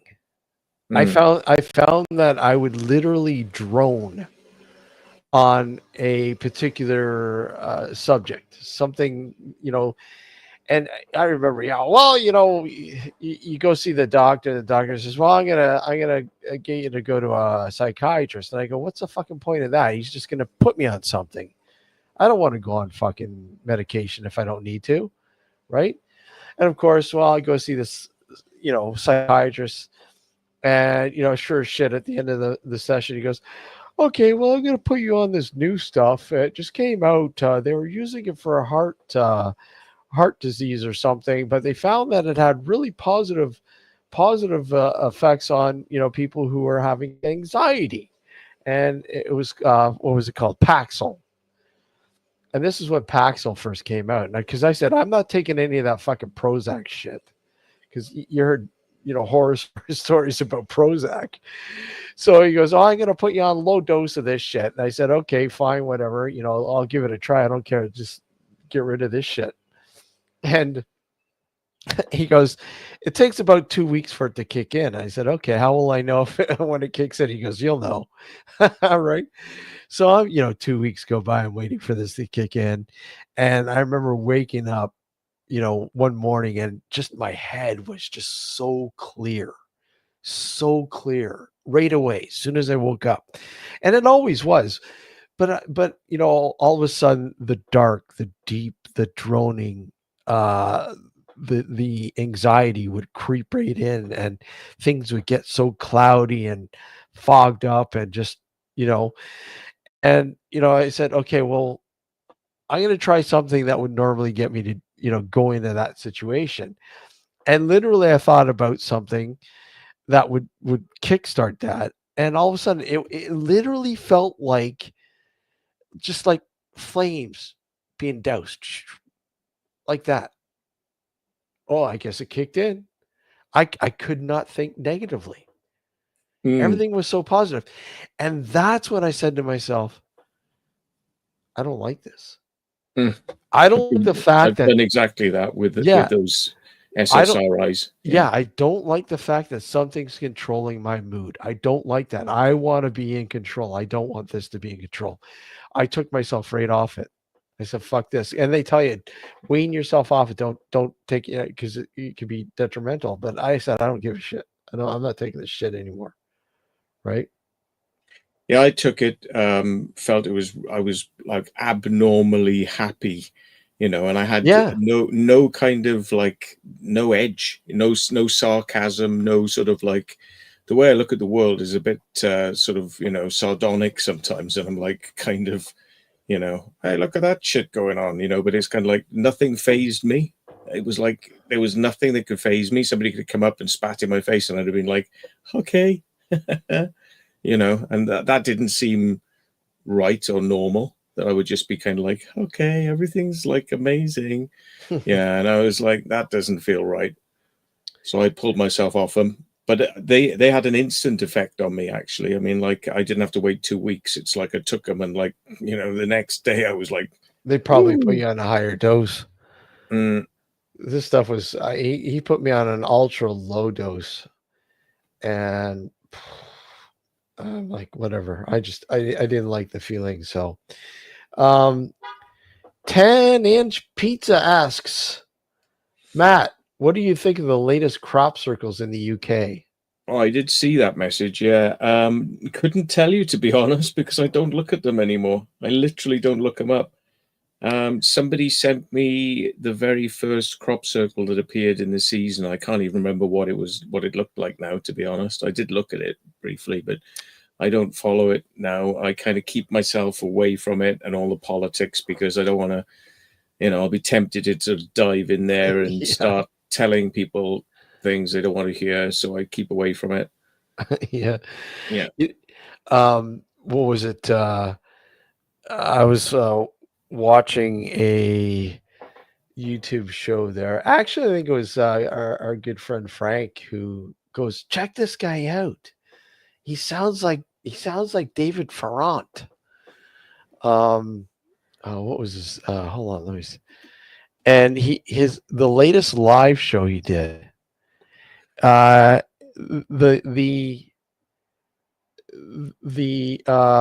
show is called Erie's Vault. He's out of the UK. I think he's somewhere in the northern part of the UK. And he did a thing on crop circles. He was doing a live thing on crop circles, and I'm like, I wonder if he knows about Matt. He probably knows about you. But Yeah.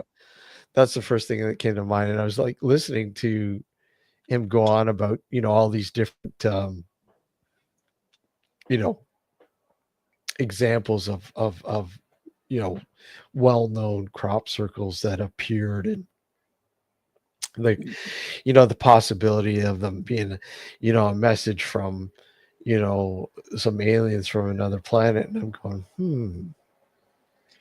Yeah, there's a guy called Casper Site who's he's like quite a well-known YouTuber. He's got millions of subscribers, but he did a thing on crop circles the other day. Somebody sent it to me and I started watching it, and it was like his visit to the very first crop circle that he'd ever seen. And it was painful to watch, because this guy was kind of making all the rookie mistakes of research that you eventually learn that that isn't that way and that isn't that way. But he was kind of going, blown nodes, there's no way people can do that, and they would have left marks on the crop, and so therefore this couldn't have been people, so therefore it is aliens, and it's amazing, it's because it's aliens. And it's like, and it was just I find it a little bit painful to watch that sort of stuff, and I was so tempted to get on the keyboard and go like, would you like to watch Circle Makers TV, and then tell me what you think. And I just kind of like, oh no, it's just kind of, because a lot of the time, they're just going to bark back at you like, oh, you're some sort of government agent trying to dismiss what I'm, I know that you're not telling the truth. And I just, I've been down this road before with people like this, and it takes a long time, and you often don't get very far with them. So just leave the guy do his thing and let him be happy. Yeah, exactly. It just, I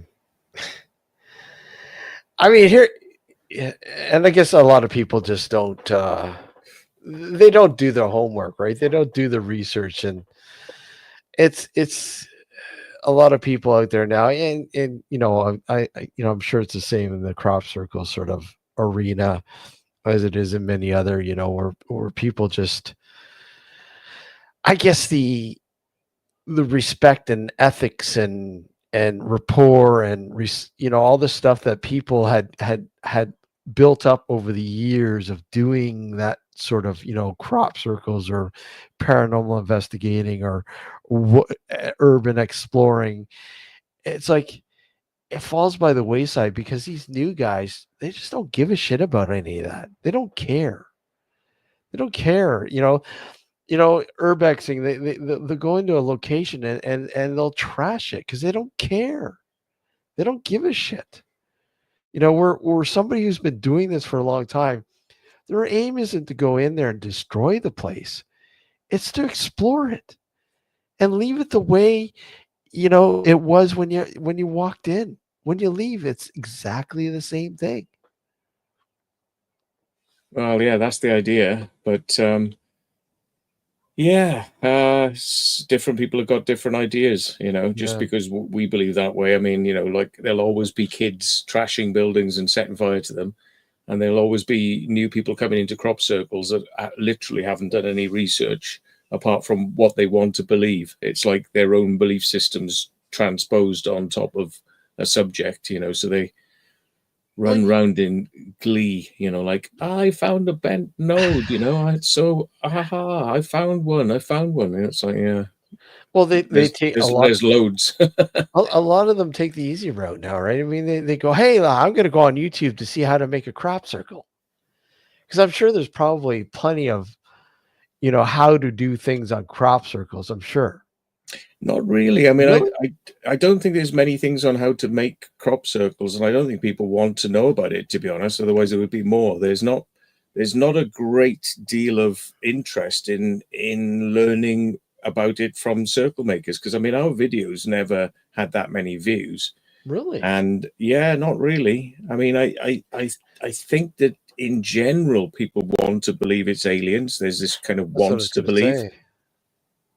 Or spirits or whatever, but definitely not humans.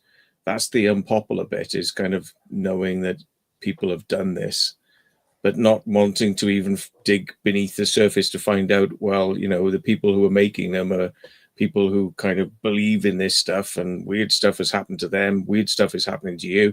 They don't want to know about that. They just that's like dirty laundry. They'd rather avoid it, pretend it doesn't exist and bypass around it.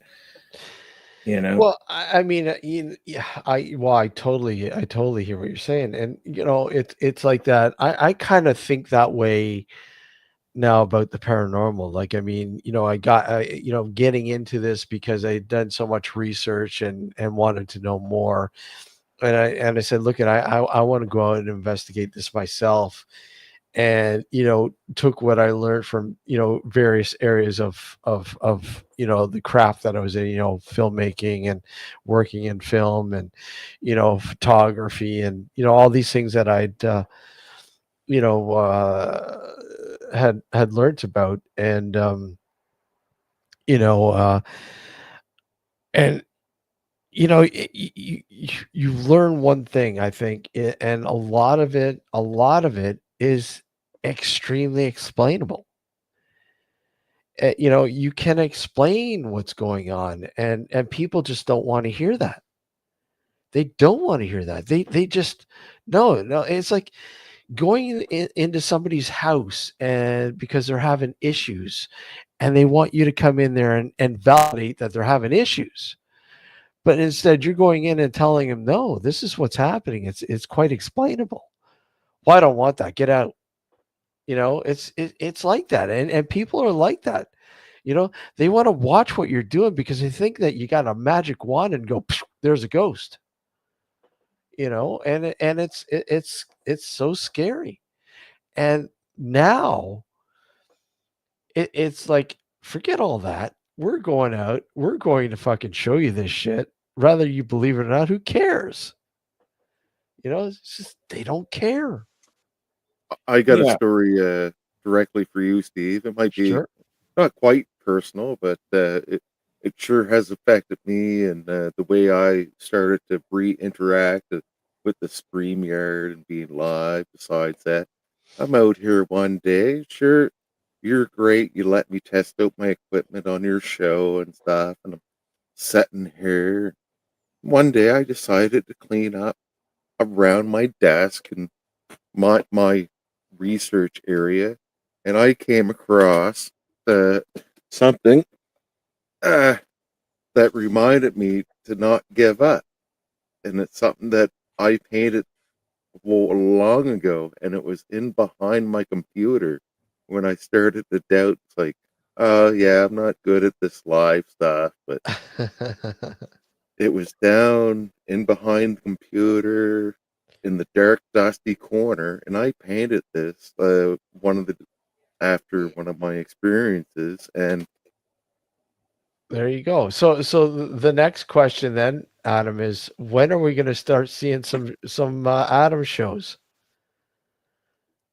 uh, well, uh, I'm sure I got a lot of experience to learn from Steve and Matt, and I'm glad just to sit here and to see how the computer works and with the background stuff. And thanks from Matt and his channel. Sometimes he likes his background stuff, and he's raw once in a while over there, and I'm glad for that, and that's making me a little bit have, more have have you comfortable. watched any of Matt's Explorers? Uh, he You should. comes up live once in a while. Well, You you check mean check like check that? out check out some of his Explorers. Max Headroom, I like that. Max Headroom. Okay, well, I don't really like to dig back into channels' histories. Like I Oh, like to he's see. Matt's constantly putting out new stuff. Constantly. Okay, Oh yeah, and they're pretty cool. Some of the locations, I love a lot of the locations that Matt goes to. They're really cool. I'll have to. Hey Matt, if it's all right, I'm going to go back and check out some of your previous channel history. But Yeah, don't. the Circle Makers TV is if you want to learn about from myself and other circle makers, the weird experiences that we had. That was a big kind of thing to kind of document all that before we all got too old and forgot. Yeah. But yeah. And you're right. I had to do some geological research about the lakes around me. Why were these? I got 3 lakes, and they're almost perfectly round, like a crater hit it. And along my road, you have this geological disturbance where all the topsoil is 20 feet above the gravel Yeah. all along this corridor. Mhm. So now I'm starting to get out on my little adventures. I'm not great at recording it, so I'll work on that. But You should, yeah. starting to see these little areas where these impact sites have occurred. And I'm like, okay. uh in the last couple of 100,000 years, like these lakes were not formed by erosion or man-made means. It actually are crater areas, and I've been on my spare time tracking down the main impact area and where these little asteroids came down. But I still know from where the topsoil is, there Mhm. was still another big impact that is still buried in a swamp. See, you should explore that and show people because there's always people interested in that shit, man. I'm working on Uh, uh just I I'm it's still all new to me, this YouTube and stuff. Like I don't want my ducks in the row. I just when I come up, it's like sometimes I go blank and sometimes I could just spell everything right off. You can always give yourself a little script notes, things to Yeah. remember to go through. So if they start to dry up, you've got a kind of notes to kind of Yeah. bring yourself back. Mark, Haunted Truth says Thank people to this day don't understand why I don't outright say ghost. I hate saying ghost. I hate saying that word. I think it's so archaic. I agree with you, Mark. I go by the concept of just because I don't know what it is, I don't need to place a supernatural reason on it. Yeah, yeah. Sounds about right to me. I agree. And click the link, Mark, if you want to come up. By all means. And Mr. Wills, if you'd like to come on up, click the link. Yeah, you come up, Steve, because I got to go to bed in a minute, Yeah, man. yeah. Matt's got to get some beauty sleep. He's got to do some exploring tomorrow. No, go, Yeah. Matt. If you need to go, by all means, don't worry, man. I mean, it's cool. I just glad you came on for a bit. So Yeah, yeah. if you Well, I got to do go need to get get some, some sleep because we got to get up in the morning nice and early, go and do some exploring. yeah, man, it's quite all right. I just figured. Oh, look at Kitty, Yeah. That's like Tabby, a coon, they call them, isn't it? yeah, Coon cat. Coon Cat, Coon Cat. What's he or she's name, Adam? This is Luna, and she's looking at me right now, being like, "What are you doing?" Because I don't usually sit here and talk. She thinks Yeah, I'm what talking to what somebody pronouns physical. does she acknowledge? Yeah. She has her own story. So, Is she a wildcat? Is she is she a uh, feral? Was she feral? sh I showed up in Manitoba, first day of work, and of course, I just got there. I opened up the door. She looked at me, and I looked at her, and she's like, "I'm disappeared." She took off. Groundhogs. Never seen a groundhog before. Uh, over a year later, on Remembrance Day, Yeah. she showed back up, not at my work, but at my house after disappearing. Wow. Wow. So yeah, she's a rescue of a rescue of a rescue, and I'm And I that and that's quite a distance from Manitoba now, right? well, where I was at in Manitoba, that would have been about 4 kilometers away from my main place of work to where I was lived. But she Oh yeah. never she never saw where I was living on the military base, No. but she made her way back. Wow. And yeah, They sniff you out, don't they? Sometimes I think Yeah. if they get on with you, you know, or want to find out where you are, they can smell things and home in, or psychically but perhaps, because you know So, yeah, psychically, yeah. yeah. of course, I told the new people at work there that about my cat. I lost my cat first day I got here. A year later, all of a sudden, we're all sitting around the same table at my place and get a knock at the door, and it's like, "Is this your cat?" A year later, holy crap. Yeah.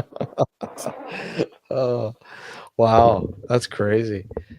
And when you how was she when you relocated her to the East Coast?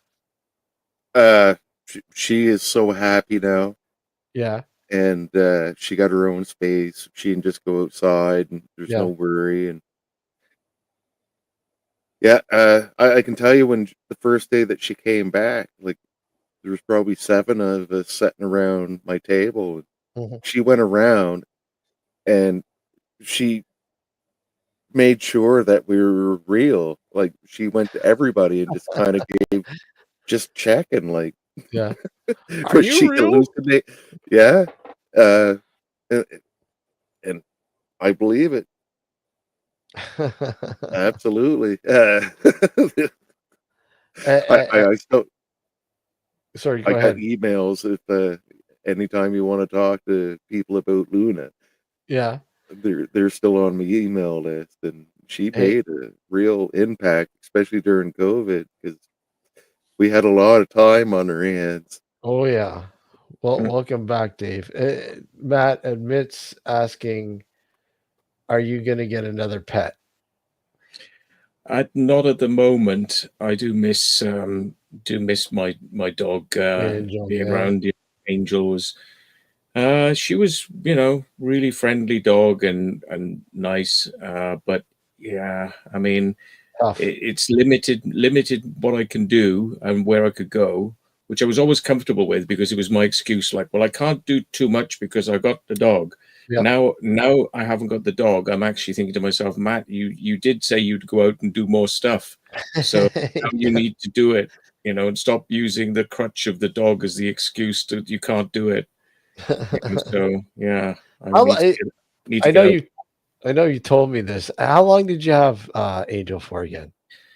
Since she was 8 months old when I got her through Wow. rescue. She'd had 4 homes in that 8 months. And by the time you got her, yeah. Yeah, Holy. so she had been passed around, and people just don't know how much how strong they are and how, you know, kind of boisterous they can be. So she settled down really quickly. I found her really, you know, easy to get on with, but obviously people don't realize that they are a handful, and they don't respond. They're kind of headstrong. So Mm. yeah, So it's Malamu, right? yeah. So how different are they from, say, Siberian Husky? Very similar and They're very similar.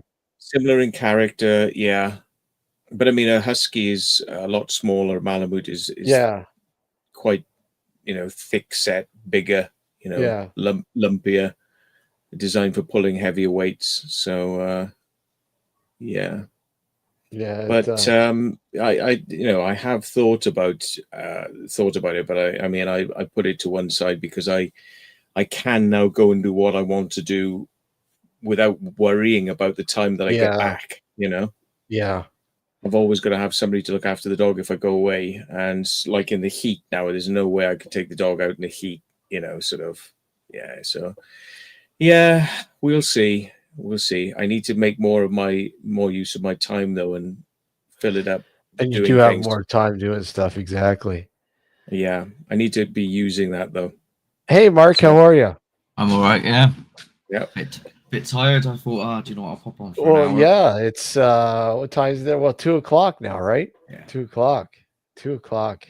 Yeah, I don't I'll know. probably make my exit at this point, but hi, Mark. So I'll let you take over, fill in the blank, mate. Yeah. I was about to say the same thing, but I'm still going to be here. I just got to go barbecue, and He's gonna I'm go still barbecue. I'm going to still listen to the show. I appreciate you guys. Yeah. Thanks a lot. Okay. Well, nice to see you, Adam, and I'll listen in, Mark. So Yep. You can tell us all about your weird stuff now. Yeah. There's so much you lot were saying. Thanks a You lot. were saying so much, and I was like, but hang on, but no, but no. And then you moved to the next subject, and I was like, I need to keep up here because I couldn't type quick enough. You were in the chat, were you? I wasn't. Yeah, Matt. I'm really Yeah, bad at reading the chat sometimes. Sorry, mate. Yeah. I was the one talking about like NDEs, and Yeah. then like when you asked what's things be coincidence, but I recently read in a science forum that the only reason that a coincidence is a thing is because the human mind seeks pattern, and it forgets all the times where, so when people go, I was thinking of a song and it just so happened to be on radio. Yep.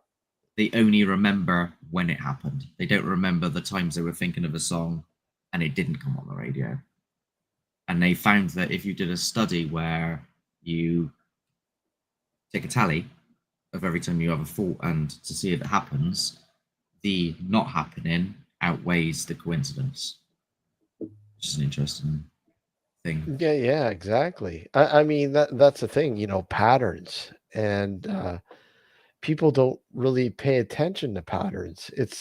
I mean, not to say all people are like that, but I mean, there's a lot of people that just patterns. What do you mean? What do you mean? Like, do you not like kind of notice that certain things are happening, like in sequence or at certain points in time, daily at a certain time, like there's I know what I know what the was being said in that instance, which I do. Yeah. It is a very interesting thing to look into, but then at the same time, you need to think, well, does it do it every time? Yeah. Well, You know what I I'm gonna mean? go. Like, Yeah. See you guys. All right, Yeah. Matt. Happy All the best. exploring tomorrow, Matt. Yeah. Thank you I very mean, much. later on. And then all the best. Bye. Take care, Matt. And because even I was talking to my mum the other day, and she said that something happened like loads and loads and loads, and then like a picture fell off the side, and we were just chilling, and she was Yeah. like, "Oh, that's because of you. That's because you've gone to weird places and you've brought something, and now it's followed me, and now it's." And I'm like, no. How about it just fell off over time because it's given way. The screws progressively over time become more loose, and it's just pure chance. So The weight is just slowly over time. yeah, the yeah. weight of it just like shifted the nail or the screw or whatever, and bang, it just. But with the coincidence, like the saying the getting to a red light and then there's an accident and things like that. I do admit that it is a very, very, very bizarre thing, and I've had similar things happen myself where I'll give you an example of one. This one's really weird. Yeah. So I had a falling out with somebody like a long time ago, and we like completely stopped speaking, and it wasn't, it was just all awful. It ended awful, and loads of time went by, and I didn't see them again. They sort of like disappeared out of my life. I blocked them and everything. And then it was a nice summer's day, like it was today, about, I don't know, 4 years later. And on that evening before that day, we'd planned to go to a beach to go in the water and to do a bit of like surfing and stuff. Anyway, with that, I go to sleep and I randomly have a dream about this person from years back. And in the dream, we both decide to talk, and we both decide to be like civil and sort things out and let bygones be bygones and clear the air, right? Yeah. I wake up and that was a weird dream. So why have I had that 3 years later? Anyway, don't think anything of it. Go meet my mates. We then get in a car and we go 3 hours off to a beach. Okay. Yeah. I'm now in the sea, and a wave hits me, and I get totaled in the sea. So I'm like this. I come up to get a breath, and I look round to see where I am in regards to the ocean, Mhm. and the person stood right in front of me is that person. Wow. And in that instant, I was like, we need to talk. Yeah. And I just repeated everything that basically happened in the dream. I just resolved everything right there and then in That's the middle of the insane. ocean. So in those circumstances, I'm like, that's so, you know what I mean? Yeah. The list to get to it. That's wow. Wow, that's Dave, have you ever had an experience like that? Oh, Well, oh, I there you used to go. have I used to have an ex-girlfriend that had a broomstick. Does that count? Yeah. Well, I'll tell you a story that I had, and it's quite strange. Yeah. And I'm not saying I don't believe in ghosts, but I just believe that probably 99% of people either say they saw them, or especially online with these video things, I would say no, really completely convinced. But I went, and there's a place in Edinburgh, and it's called the Underground Vaults, and it's like the Yeah. arches, railway arches, and they're Yeah. kind of like off. And cutting a long story short, you go in, and there's all these different rooms inside these arches, and there was these people that were Wiccans or whoever they were. I don't know. They came in and they said there's this. They actually practiced Wiccan magic in there for a good number of years. Yeah. And one of them was closed up, but you could look in it, and it was in there, and it was there. And then we got to another one, and it was kind of dark, and it was going through the history about people dying, and it really is pretty macabre because I mean it was the actual underworld in Edinburgh at certain times, Yeah. and it was like even the cops just never went there; they just never bothered with it. It was just like as long as you kind of unofficially just keep it underground, don't bring it up into the streets, and you'll be okay. And we were in this one where it was like all of this woman was murdered. A guy was murdered, and a woman was wrongfully convicted of it, and she got hanged. And the guy's just quite talking, and whether it was a set up, I don't know. But I just felt quite eerie, and I heard the noise coming from somewhere. Oh, and I thought, right. So then we moved on to the next one, and there's all these stones in this room, and he's telling a story about this guy who was the Wiccan, and they all came in, and they done a blessing or whatever, and I can't remember the story. And all the rest left, and he sat in the circle, Hmm. and seemingly this demon was outside, and it came up from outside it, and it went right up and cracked the ceiling, came back down. And he said there's occasions when people come in here and they have scratches on them. And I'm like, yeah, right. And I went and I left, and it's normally 3 scratches. And I left, and I went home, and I never thought anything of it. And it's Yeah. normally always when stuff like that happens. And I took my jersey off, and I'm in my bedroom, and I'm eating up some cheesy pasta, in bed, and I'm just sitting eating, and I'm just watching the internet, and had the curtains closed, and I'm leaning on my left elbow, and I look down and up onto my bicep. There's a big bicep, but on my bicep, I seen 3 marks, claw marks. I've actually still got the pictures of them. It's hard to kind of show them because it's not a video format. But if it was a video format, I could have put it online. Mhm. And I could see it, and it was, how you get scratched and it kind of sticks up a bit and it looks kind of raw. Yeah. Because I've got a situation where I have bile acid underneath my skin, so I scratch a lot. But I ruled that out because you could just tell that it wasn't the one of the. When I scratch, it's not as if it's really, the sharp claws. You understand what I'm saying? Mhm. And Yep. and it was, you could tell the one on the left. That was the pinky, the thumb. Yeah. The short. It really freaked me out. I did a bit. I kind of thought, maybe there is something to this. Quite possibly, quite possibly. I mean, if people do have experiences like that, they most of the time they just I don't know. Do they even really pay attention to it, Mark? Do they really dive into the reasoning behind something like that? Do you think? I mean, I I don't was in know. a place called Woodchester Mansion, Yeah, which was said to house a demon in the cellar.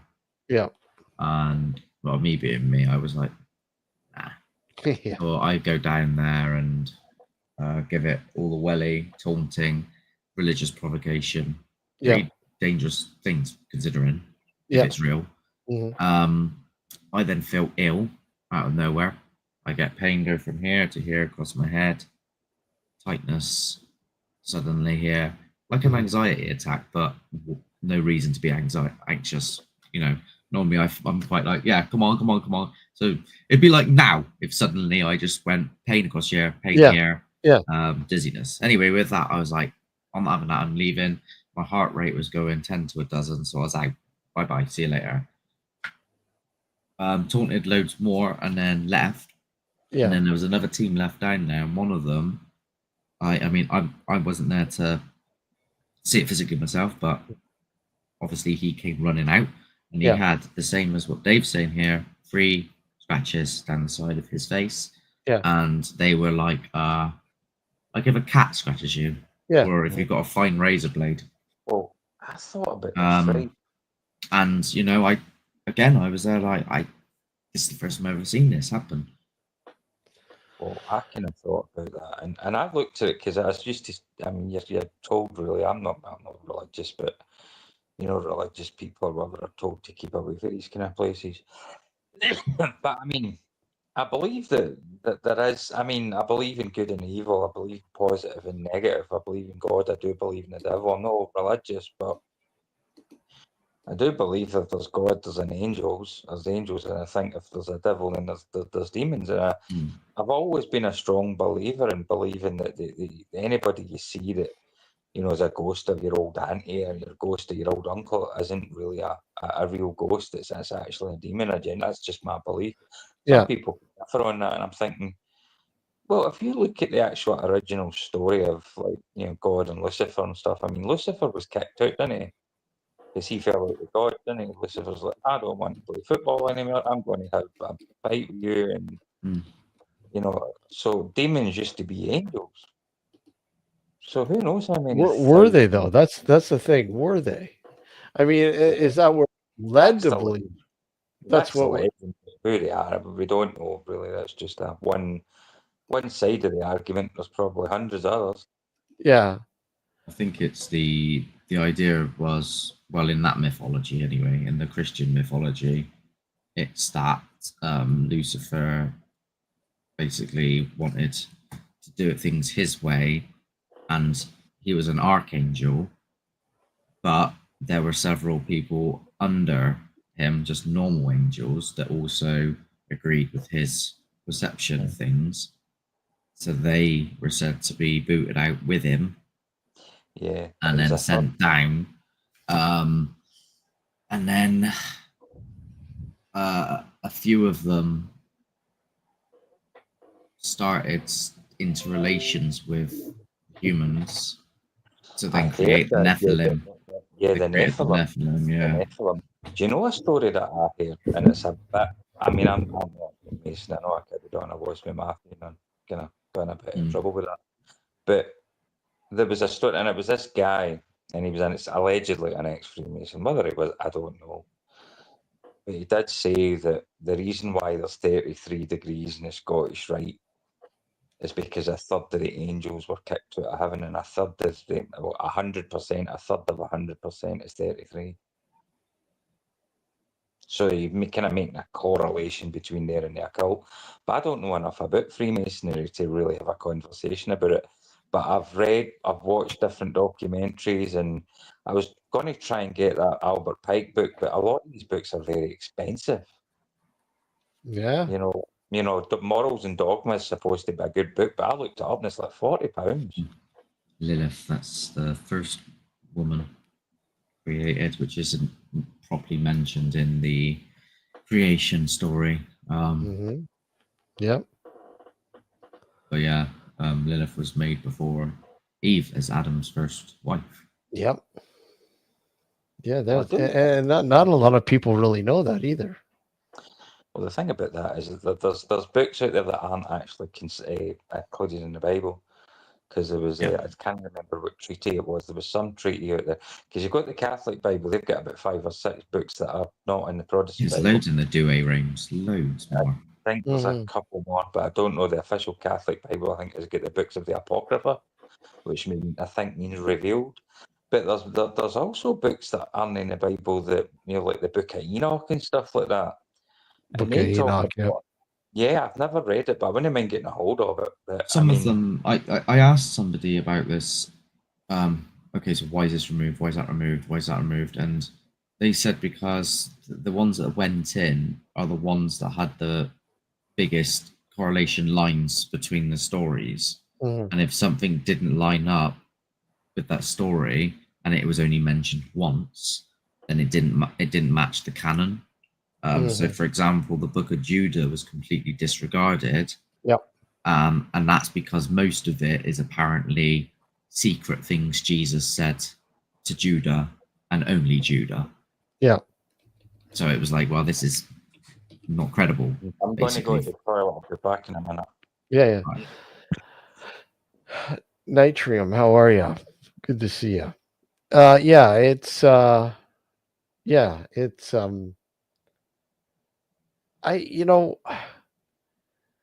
I have like before investigating the paranormal years ago, I did a lot of research on demons and the whole demonic structure and where they're from and where they're supposedly from and what they are and blah blah blah blah blah blah. But what I didn't know I was getting into with investigating the paranormal, and that being the inundation of people who believe that they had encounters with a demonic sort of entity, or they were possessed by a demon, or there's some sort of demonic activity going on in their place of residence or business or whatever. And I mean, of course, you do all this research about it, you want to apply it, but the thing is, research is totally separate from experience. And when you go in with like at the point little experience on actual demonic sort of hauntings or whatever else you want to call it, and to this day, Mark, I can't say out of probably maybe 100 cases that led down to demonic activity, supposed demonic activity, possession, blah blah blah. Not one of them ever materialized. Not one of them. Absolutely not one of them. But I mean, Every one of them was explainable. What about how many times have you? I mean, have you actually had real off the camera experiences supernatural, Steve? Sorry? Have you had kind of off the camera experiences, supernatural experiences?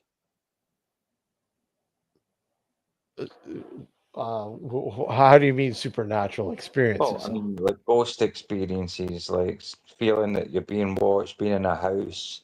Supernatural is just like ghosts, places that are haunted, places that may have entities in them, demons, ghosts, whatever you want to call them.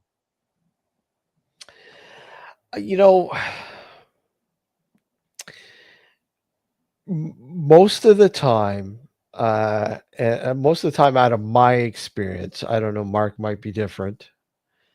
Most of the time with my experience of going into these demonic sort of influenced hauntings, if you will, or experiences, a lot of the times in fact, I would probably say about 90, almost 90% of them were there was some sort of mental instability. There was abuse. Mm. I found that quite often where somebody was being abused and literally mentally manifested a demonic scenario because to them it felt more viable and people would give attention to the problem, that the real problem. And with my group, that there is a psychologist, a part of the group, who's trained to deal with people like this. And many times that's all it was. They just needed to be shown exactly what was really going on to clarify and to quite literally get them out of that zone, that zone and into a safe zone. They need to be kind of like rescued and law enforcement brought in and stuff. Sorry? You mean rescued and law enforcement being brought in and stuff? Law enforcement, or them just seeking, because a lot of the times they don't want to seek help. They're afraid to seek help because they have these literal chains around them, and they're crying out for help. They are crying out for help many times, crying out for help, and they don't know who to go to, and they just and a lot of people, a lot of these groups that go into this stuff, they're not equipped to deal with that kind of stuff. They automatically say it's demonic.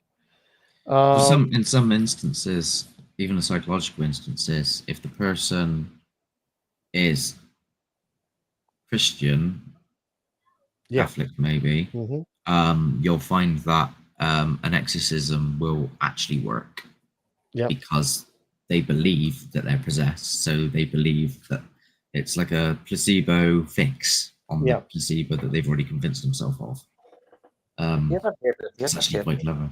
But the church now, the Catholic Church, they can't get the rights to perform an exorcism unless it's foolproof.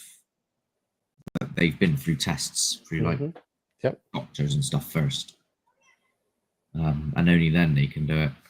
And I have heard some stories of, because they don't film them at all, so I've only got stories to go off of, and I've heard the same story and account from 3 different people that I've met that have never met each other. And it's basically like, one of the big things they said was, you walk in the room and the most common misunderstanding is, all people say sulfur is the smell. It's not. That's just the TV version of it. Apparently the actual smell is of rotting flesh, like, or if when something starts to go off.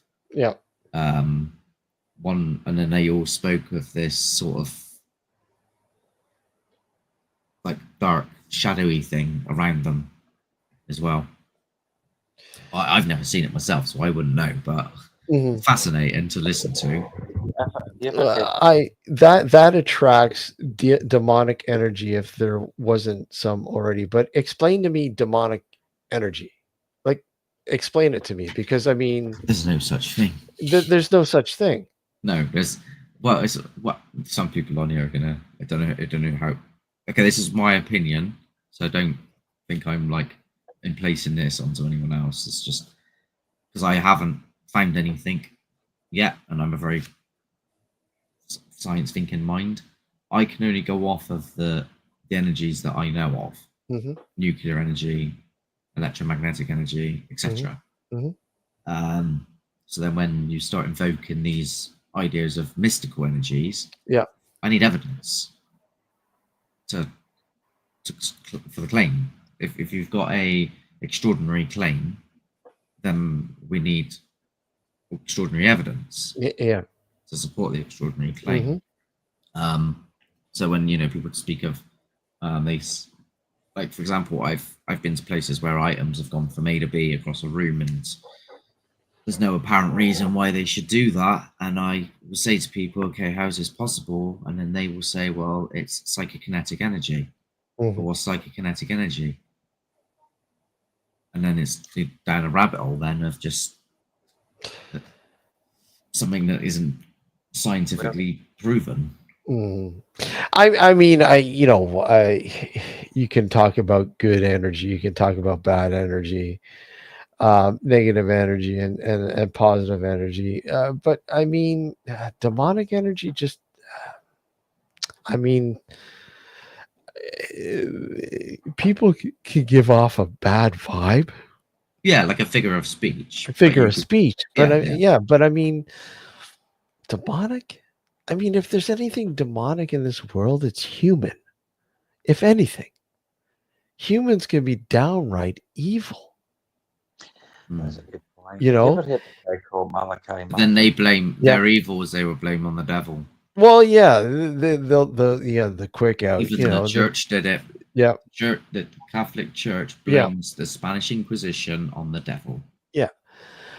I mean, you look at how, I mean, you can simplify it, right, Mark? I mean, you look at stuff like Santa Claus. You look at Yeah. the Easter Bunny. You look at all these things that you're taught when you were a kid, that if you're going to be naughty, if you're going to be bad, you're not going to get any presents. You know, if you swear or whatever else, there's all these filters in place to make you behave and be good and yield to society. And that's what that's all about. Control, if anything. And the church is no different. You know, the church is, organized religion is just as bad as anything. And Yeah. using the demonic structure as a form of control. You know, I always look at, I don't know if you've ever watched any of Bob Larson's stuff. Mark, have you ever watched any of Bob Larson's stuff? Have you ever seen the interview between him and Check Michael? out Bob Larson. Oh my God! You want Wait, to talk maybe I about? have. Have you He's ever all seen he's all over YouTube. He's ever he was one of the first guys to start up Oh, yeah. start up the Skype exorcisms. Oh, he was. Yeah, What well, was he he in? done an interview with Zena Levy and her husband Nicholas Schreck. Yeah. And Zena Levy is the daughter of Anton Levy, who started the Church of Satan. And there's an hour and 40-minute video out there, and it's basically just an interview between Bob Larson interviewing the Church of Satan. And it's a really. Have you ever watched it? I've watched a whole bunch of stuff on Bob Larson over the years, and I'm telling you.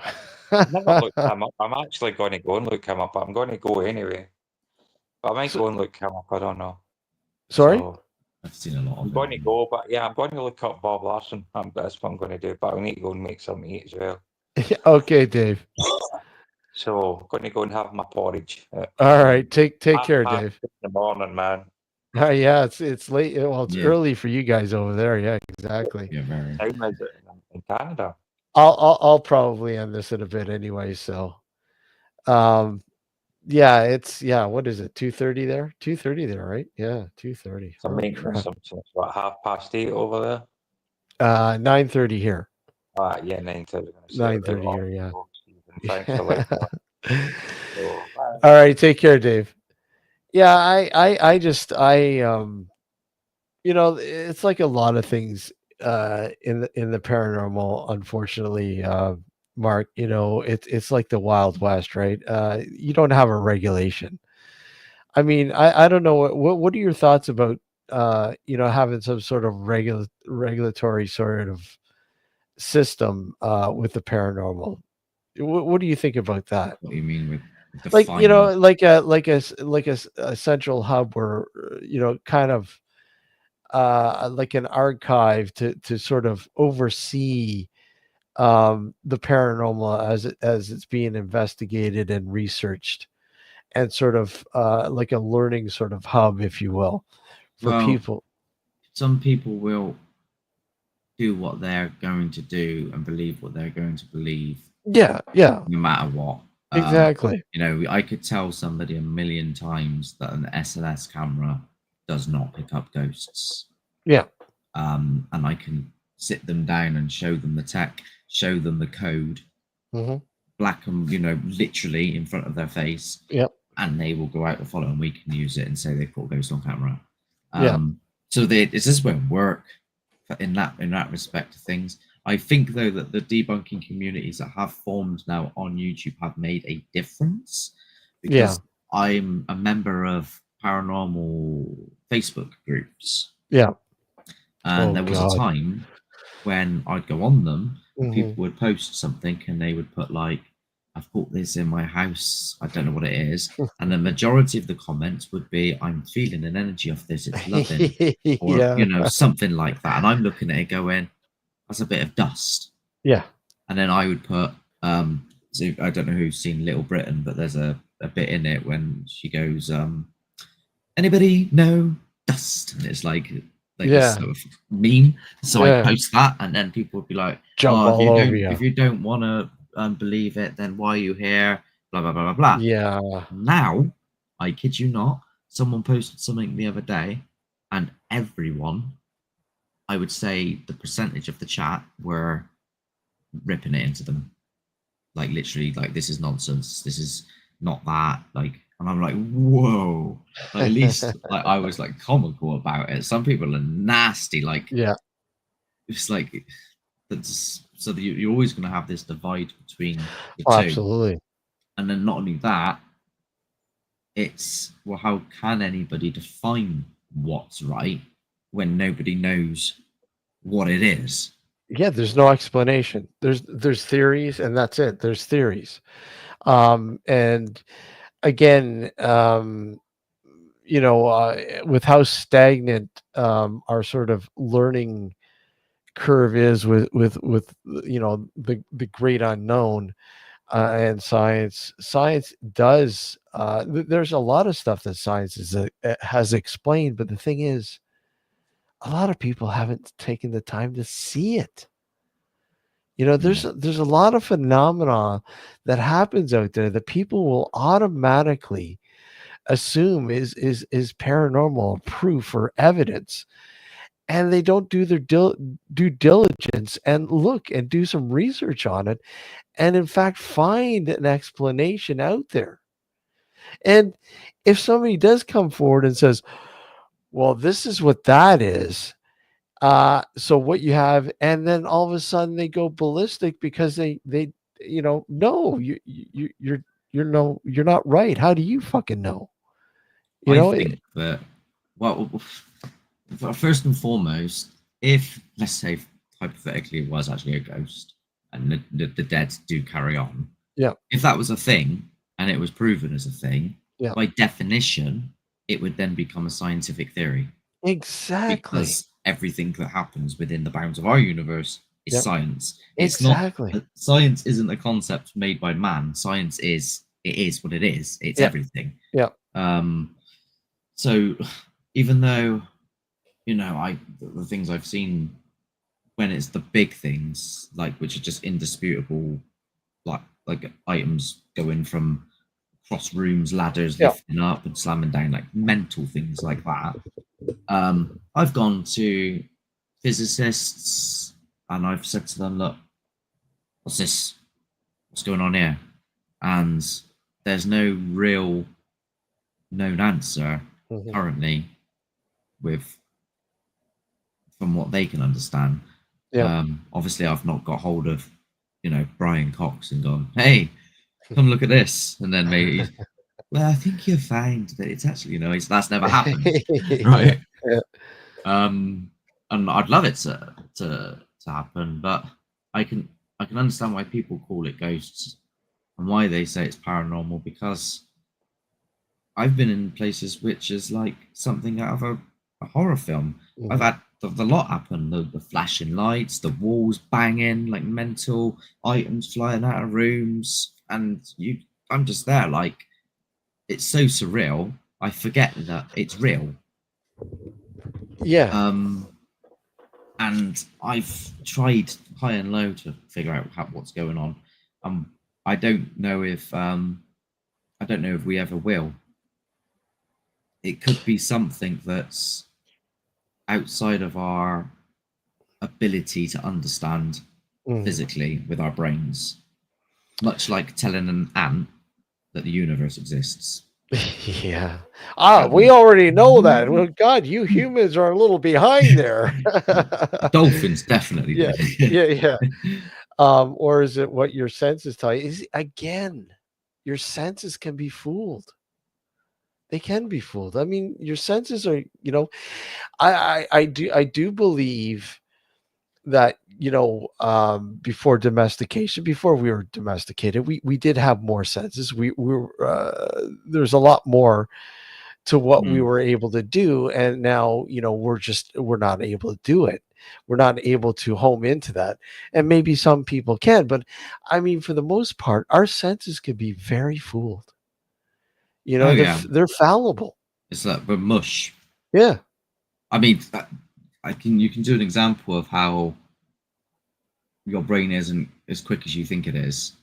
And if you look into a mirror and you film yourself looking into a mirror and you look from your left to your right, left to your right, left to your right on your eyes, you will not see your eyes moving when you look in a mirror. But then when you play the video back, you see your eyes moving, which means you've missed something. Yeah. Already. And I'm a outside of a paranormal stuff, I do close-up card magic. Yeah. So I totally rely on people not seeing things properly. Yeah. Right. I need that. Otherwise it's like, oh, I know what you did there. But that's why I always try to film things, because or if you're with more people, if you get the account from several different people, they've all seen the same thing, and then you go, okay, well, let's see what the recording says. Yeah, that did happen. Bang, put it in a box. Yeah, people still don't believe it though. No, I give it to people and they just go, no, that can't be real. I mean, I think you and I think alike when it comes down to it. I mean, we do believe there's something going on. It's just a matter of it being explained, right? That's all it is. I mean, obviously, that's why it's called the paranormal. It's outside the normal. It's outside, science's grasp, and it's only a matter of time before science can give you some sort of an explanation. So until that day comes, I mean, it's an intriguing thing and an intriguing experience, because I hate saying, like you, I hate saying ghost. I can't stand saying ghost. I hate the word evidence. I hate it. I hate it with a passion.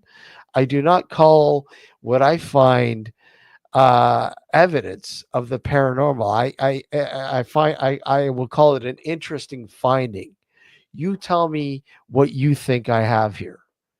I want you to tell me. I want you to tell me, because I'm not an expert, and I'm sure you're not an expert, but you may know more about certain things than I may know, and I may know something, that you may know, and this is the collaboration where we try to understand it a little bit more than just one person going at it. Yeah. Right? Yeah, sure. Even with mindsets like that, I guarantee that if you went out to a place on your own, first time there, filmed something, and then let's say you're in a bar and you physically caught chair stacking, happen like that in front of your face on camera, foolproof, put it online with this perception that you have now, people will still go AI generated, and you'll still go in, well, I'm not claiming it's paranormal. I'm not claiming it's a ghost. I'm claiming it happened, but they still won't have it. Oh, that's your narrative. That is, you're playing that narrative. That's what they'll say. Oh, and that's the other side of the coin, right? That's the other side of the coin. That's the thing. If somebody does really have an experience, who's going to believe it? Nobody. Who's going to believe it? I mean, the hoops that you have to jump through to get people to believe that whatever that, because it's not like they're like actors and you can make them do it again. No. No, No, it doesn't work that way. I know No. that much. It does not work that way. Exactly. So people will go, well, you don't, well, why do you, look into the paranormal if you don't believe it? I never said I don't believe it. That's not what I'm saying. What I'm saying is, it's like, people will go, I'm going ghost hunting. I'm not looking for ghosts. I'm looking to explain phenomena that is unexplainable. Right? I mean, there is that phenomena out there, and it's ultra rare. And when it does happen, it's like, wow, Mm. Explain this to me. How did this happen? That's, and I've had several experiences that have happened to me, and said, well, how the hell do you explain that? I can't, because, and then, you pass it on to somebody else. Explain this to me. I don't know how. Yeah, and then, well, sometimes I find when, so like, let's say I go somewhere and I have loads of things happening in the location, and then I Yeah. pick one of the big ones and I go, right, what do you think this is? Yeah. They just seem to hyper focus just on that big one, and then forget that, oh, hang on a minute, it wasn't just that. This happened, that happened, that happened. There's like a collection of things here which all point to an unknown phenomenon that's going on. The believers will, well, they will say, by definition, like, you are kind of ghost hunting in a sense, because to explore the paranormal is to explore all options: ghosts, demons, aliens, dimensions, interdimensional. So the ghosts are in the broad list of things, and of course, if I walk into a room and the room's said to be haunted by Jeff, and then I see Jeff stood in the middle of the room, throw something, and then vanish through the wall. I'll be like, okay, that was Jeff. Yeah. Here he is. I got him on camera. Here's his photograph. It's Jeff. It's kind of indisputable then. For me, anyway. For people watching, of course, it never will be. It's just. I wanted to, and I can't find the other photo. I've got a series of photos. We could understand. Where is it? We're not going to understand the paranormal stuff anymore than science understanding what dark energy is. Yeah. Oh, absolutely. I can't find the other photo. Because it's the same argument. They go, we can see the effect of something, but we can't see what's causing it. Let's call it dark energy. Yeah, it's evil. And then I go, hang on a minute. I've seen an item go across the room by itself. I've seen the effect of something, but I haven't seen the cause of it. Give that a word for me, please. Exactly. That's dark energy. What's that one? Dark phenomenon. I don't know. Phenomenon. Exactly. Yeah, it's I don't know how many times we've had discussions about this, and it always ends up the same way. It's just, you, myself, and other people that have discussed this, it comes to the same conclusion. And the thing is, there is no conclusion, because we don't know what that conclusion is, because we don't know what we're dealing with yet. And it's only a matter of time before, again, what needs to be explained will properly be explained.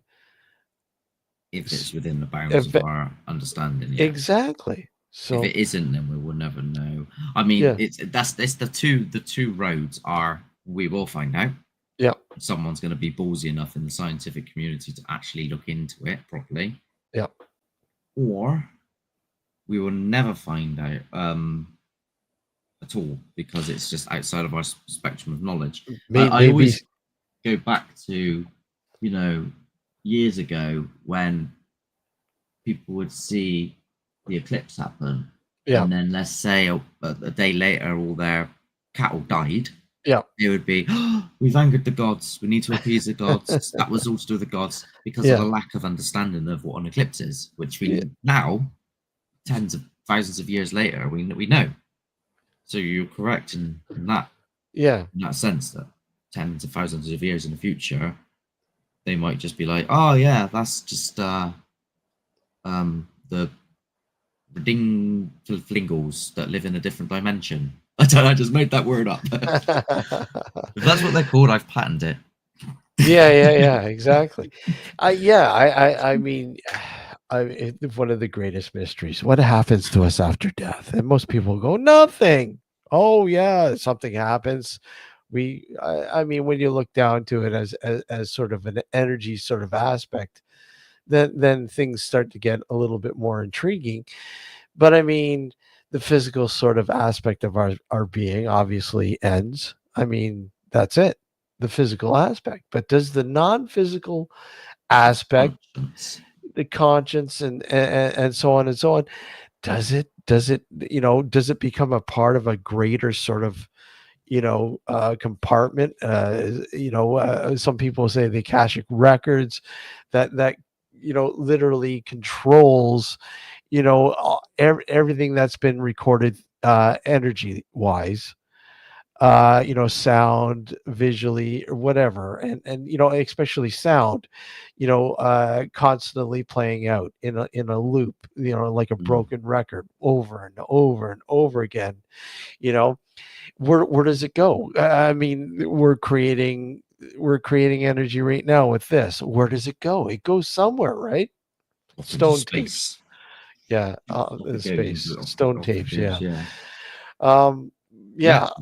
The idea of the spirit is slightly harder, because consciousness, although it's not fully understood how it works, they know where it is within the brain itself. So if consciousness is your spirit, but then you can actually alter your consciousness, then that begs the question of what is your spirit?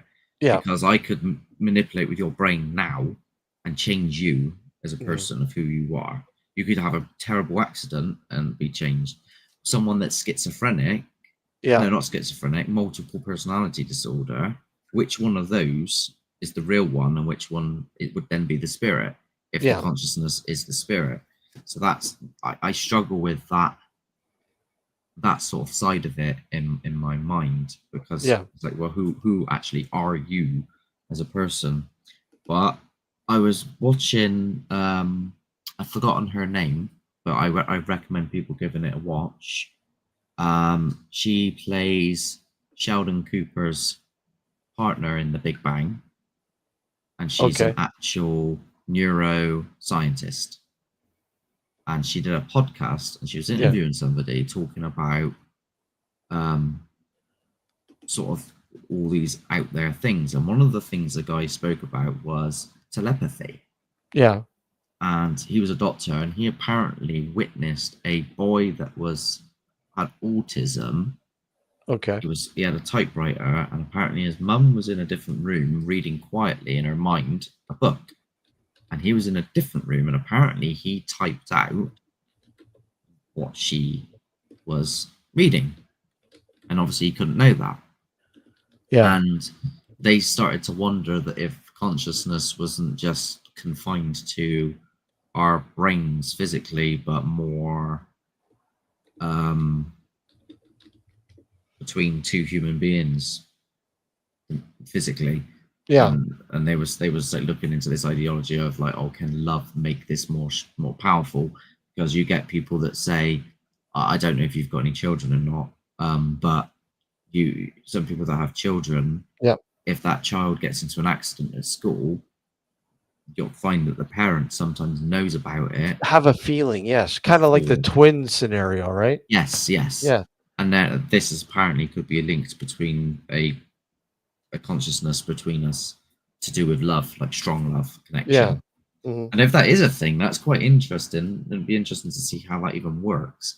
How can us as people have this where we're not just confined here, and we can communicate to each other?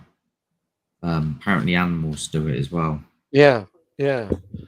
So that is Yeah. something being looked at in neuroscience currently. Yeah, I mean, there's so many avenues down that sort of route that I think they're doing a lot of work with research because I mean, it's really weird that to have that sort of. I mean, I have a sibling, but I don't think I've ever had that sort of connection to my sibling like that, where I'm able to sense that there's a problem or something's happening on that level.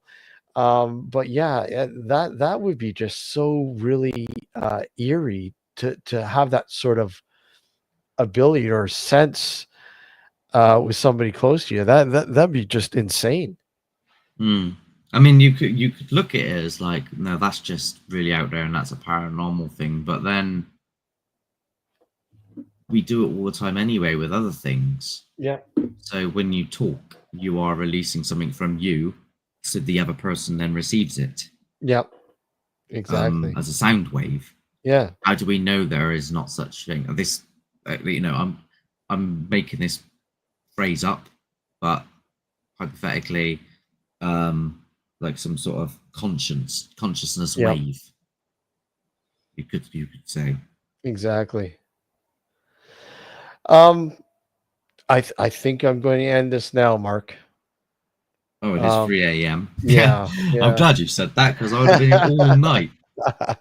Yeah, no, we can go on. We'll do it another time for sure. But I want to thank you for popping up, and Matt and Dave and Adam and everybody else and everybody in chat.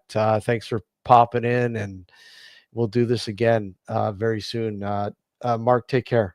Thank you. Have a good one. Take care, everyone. Good night.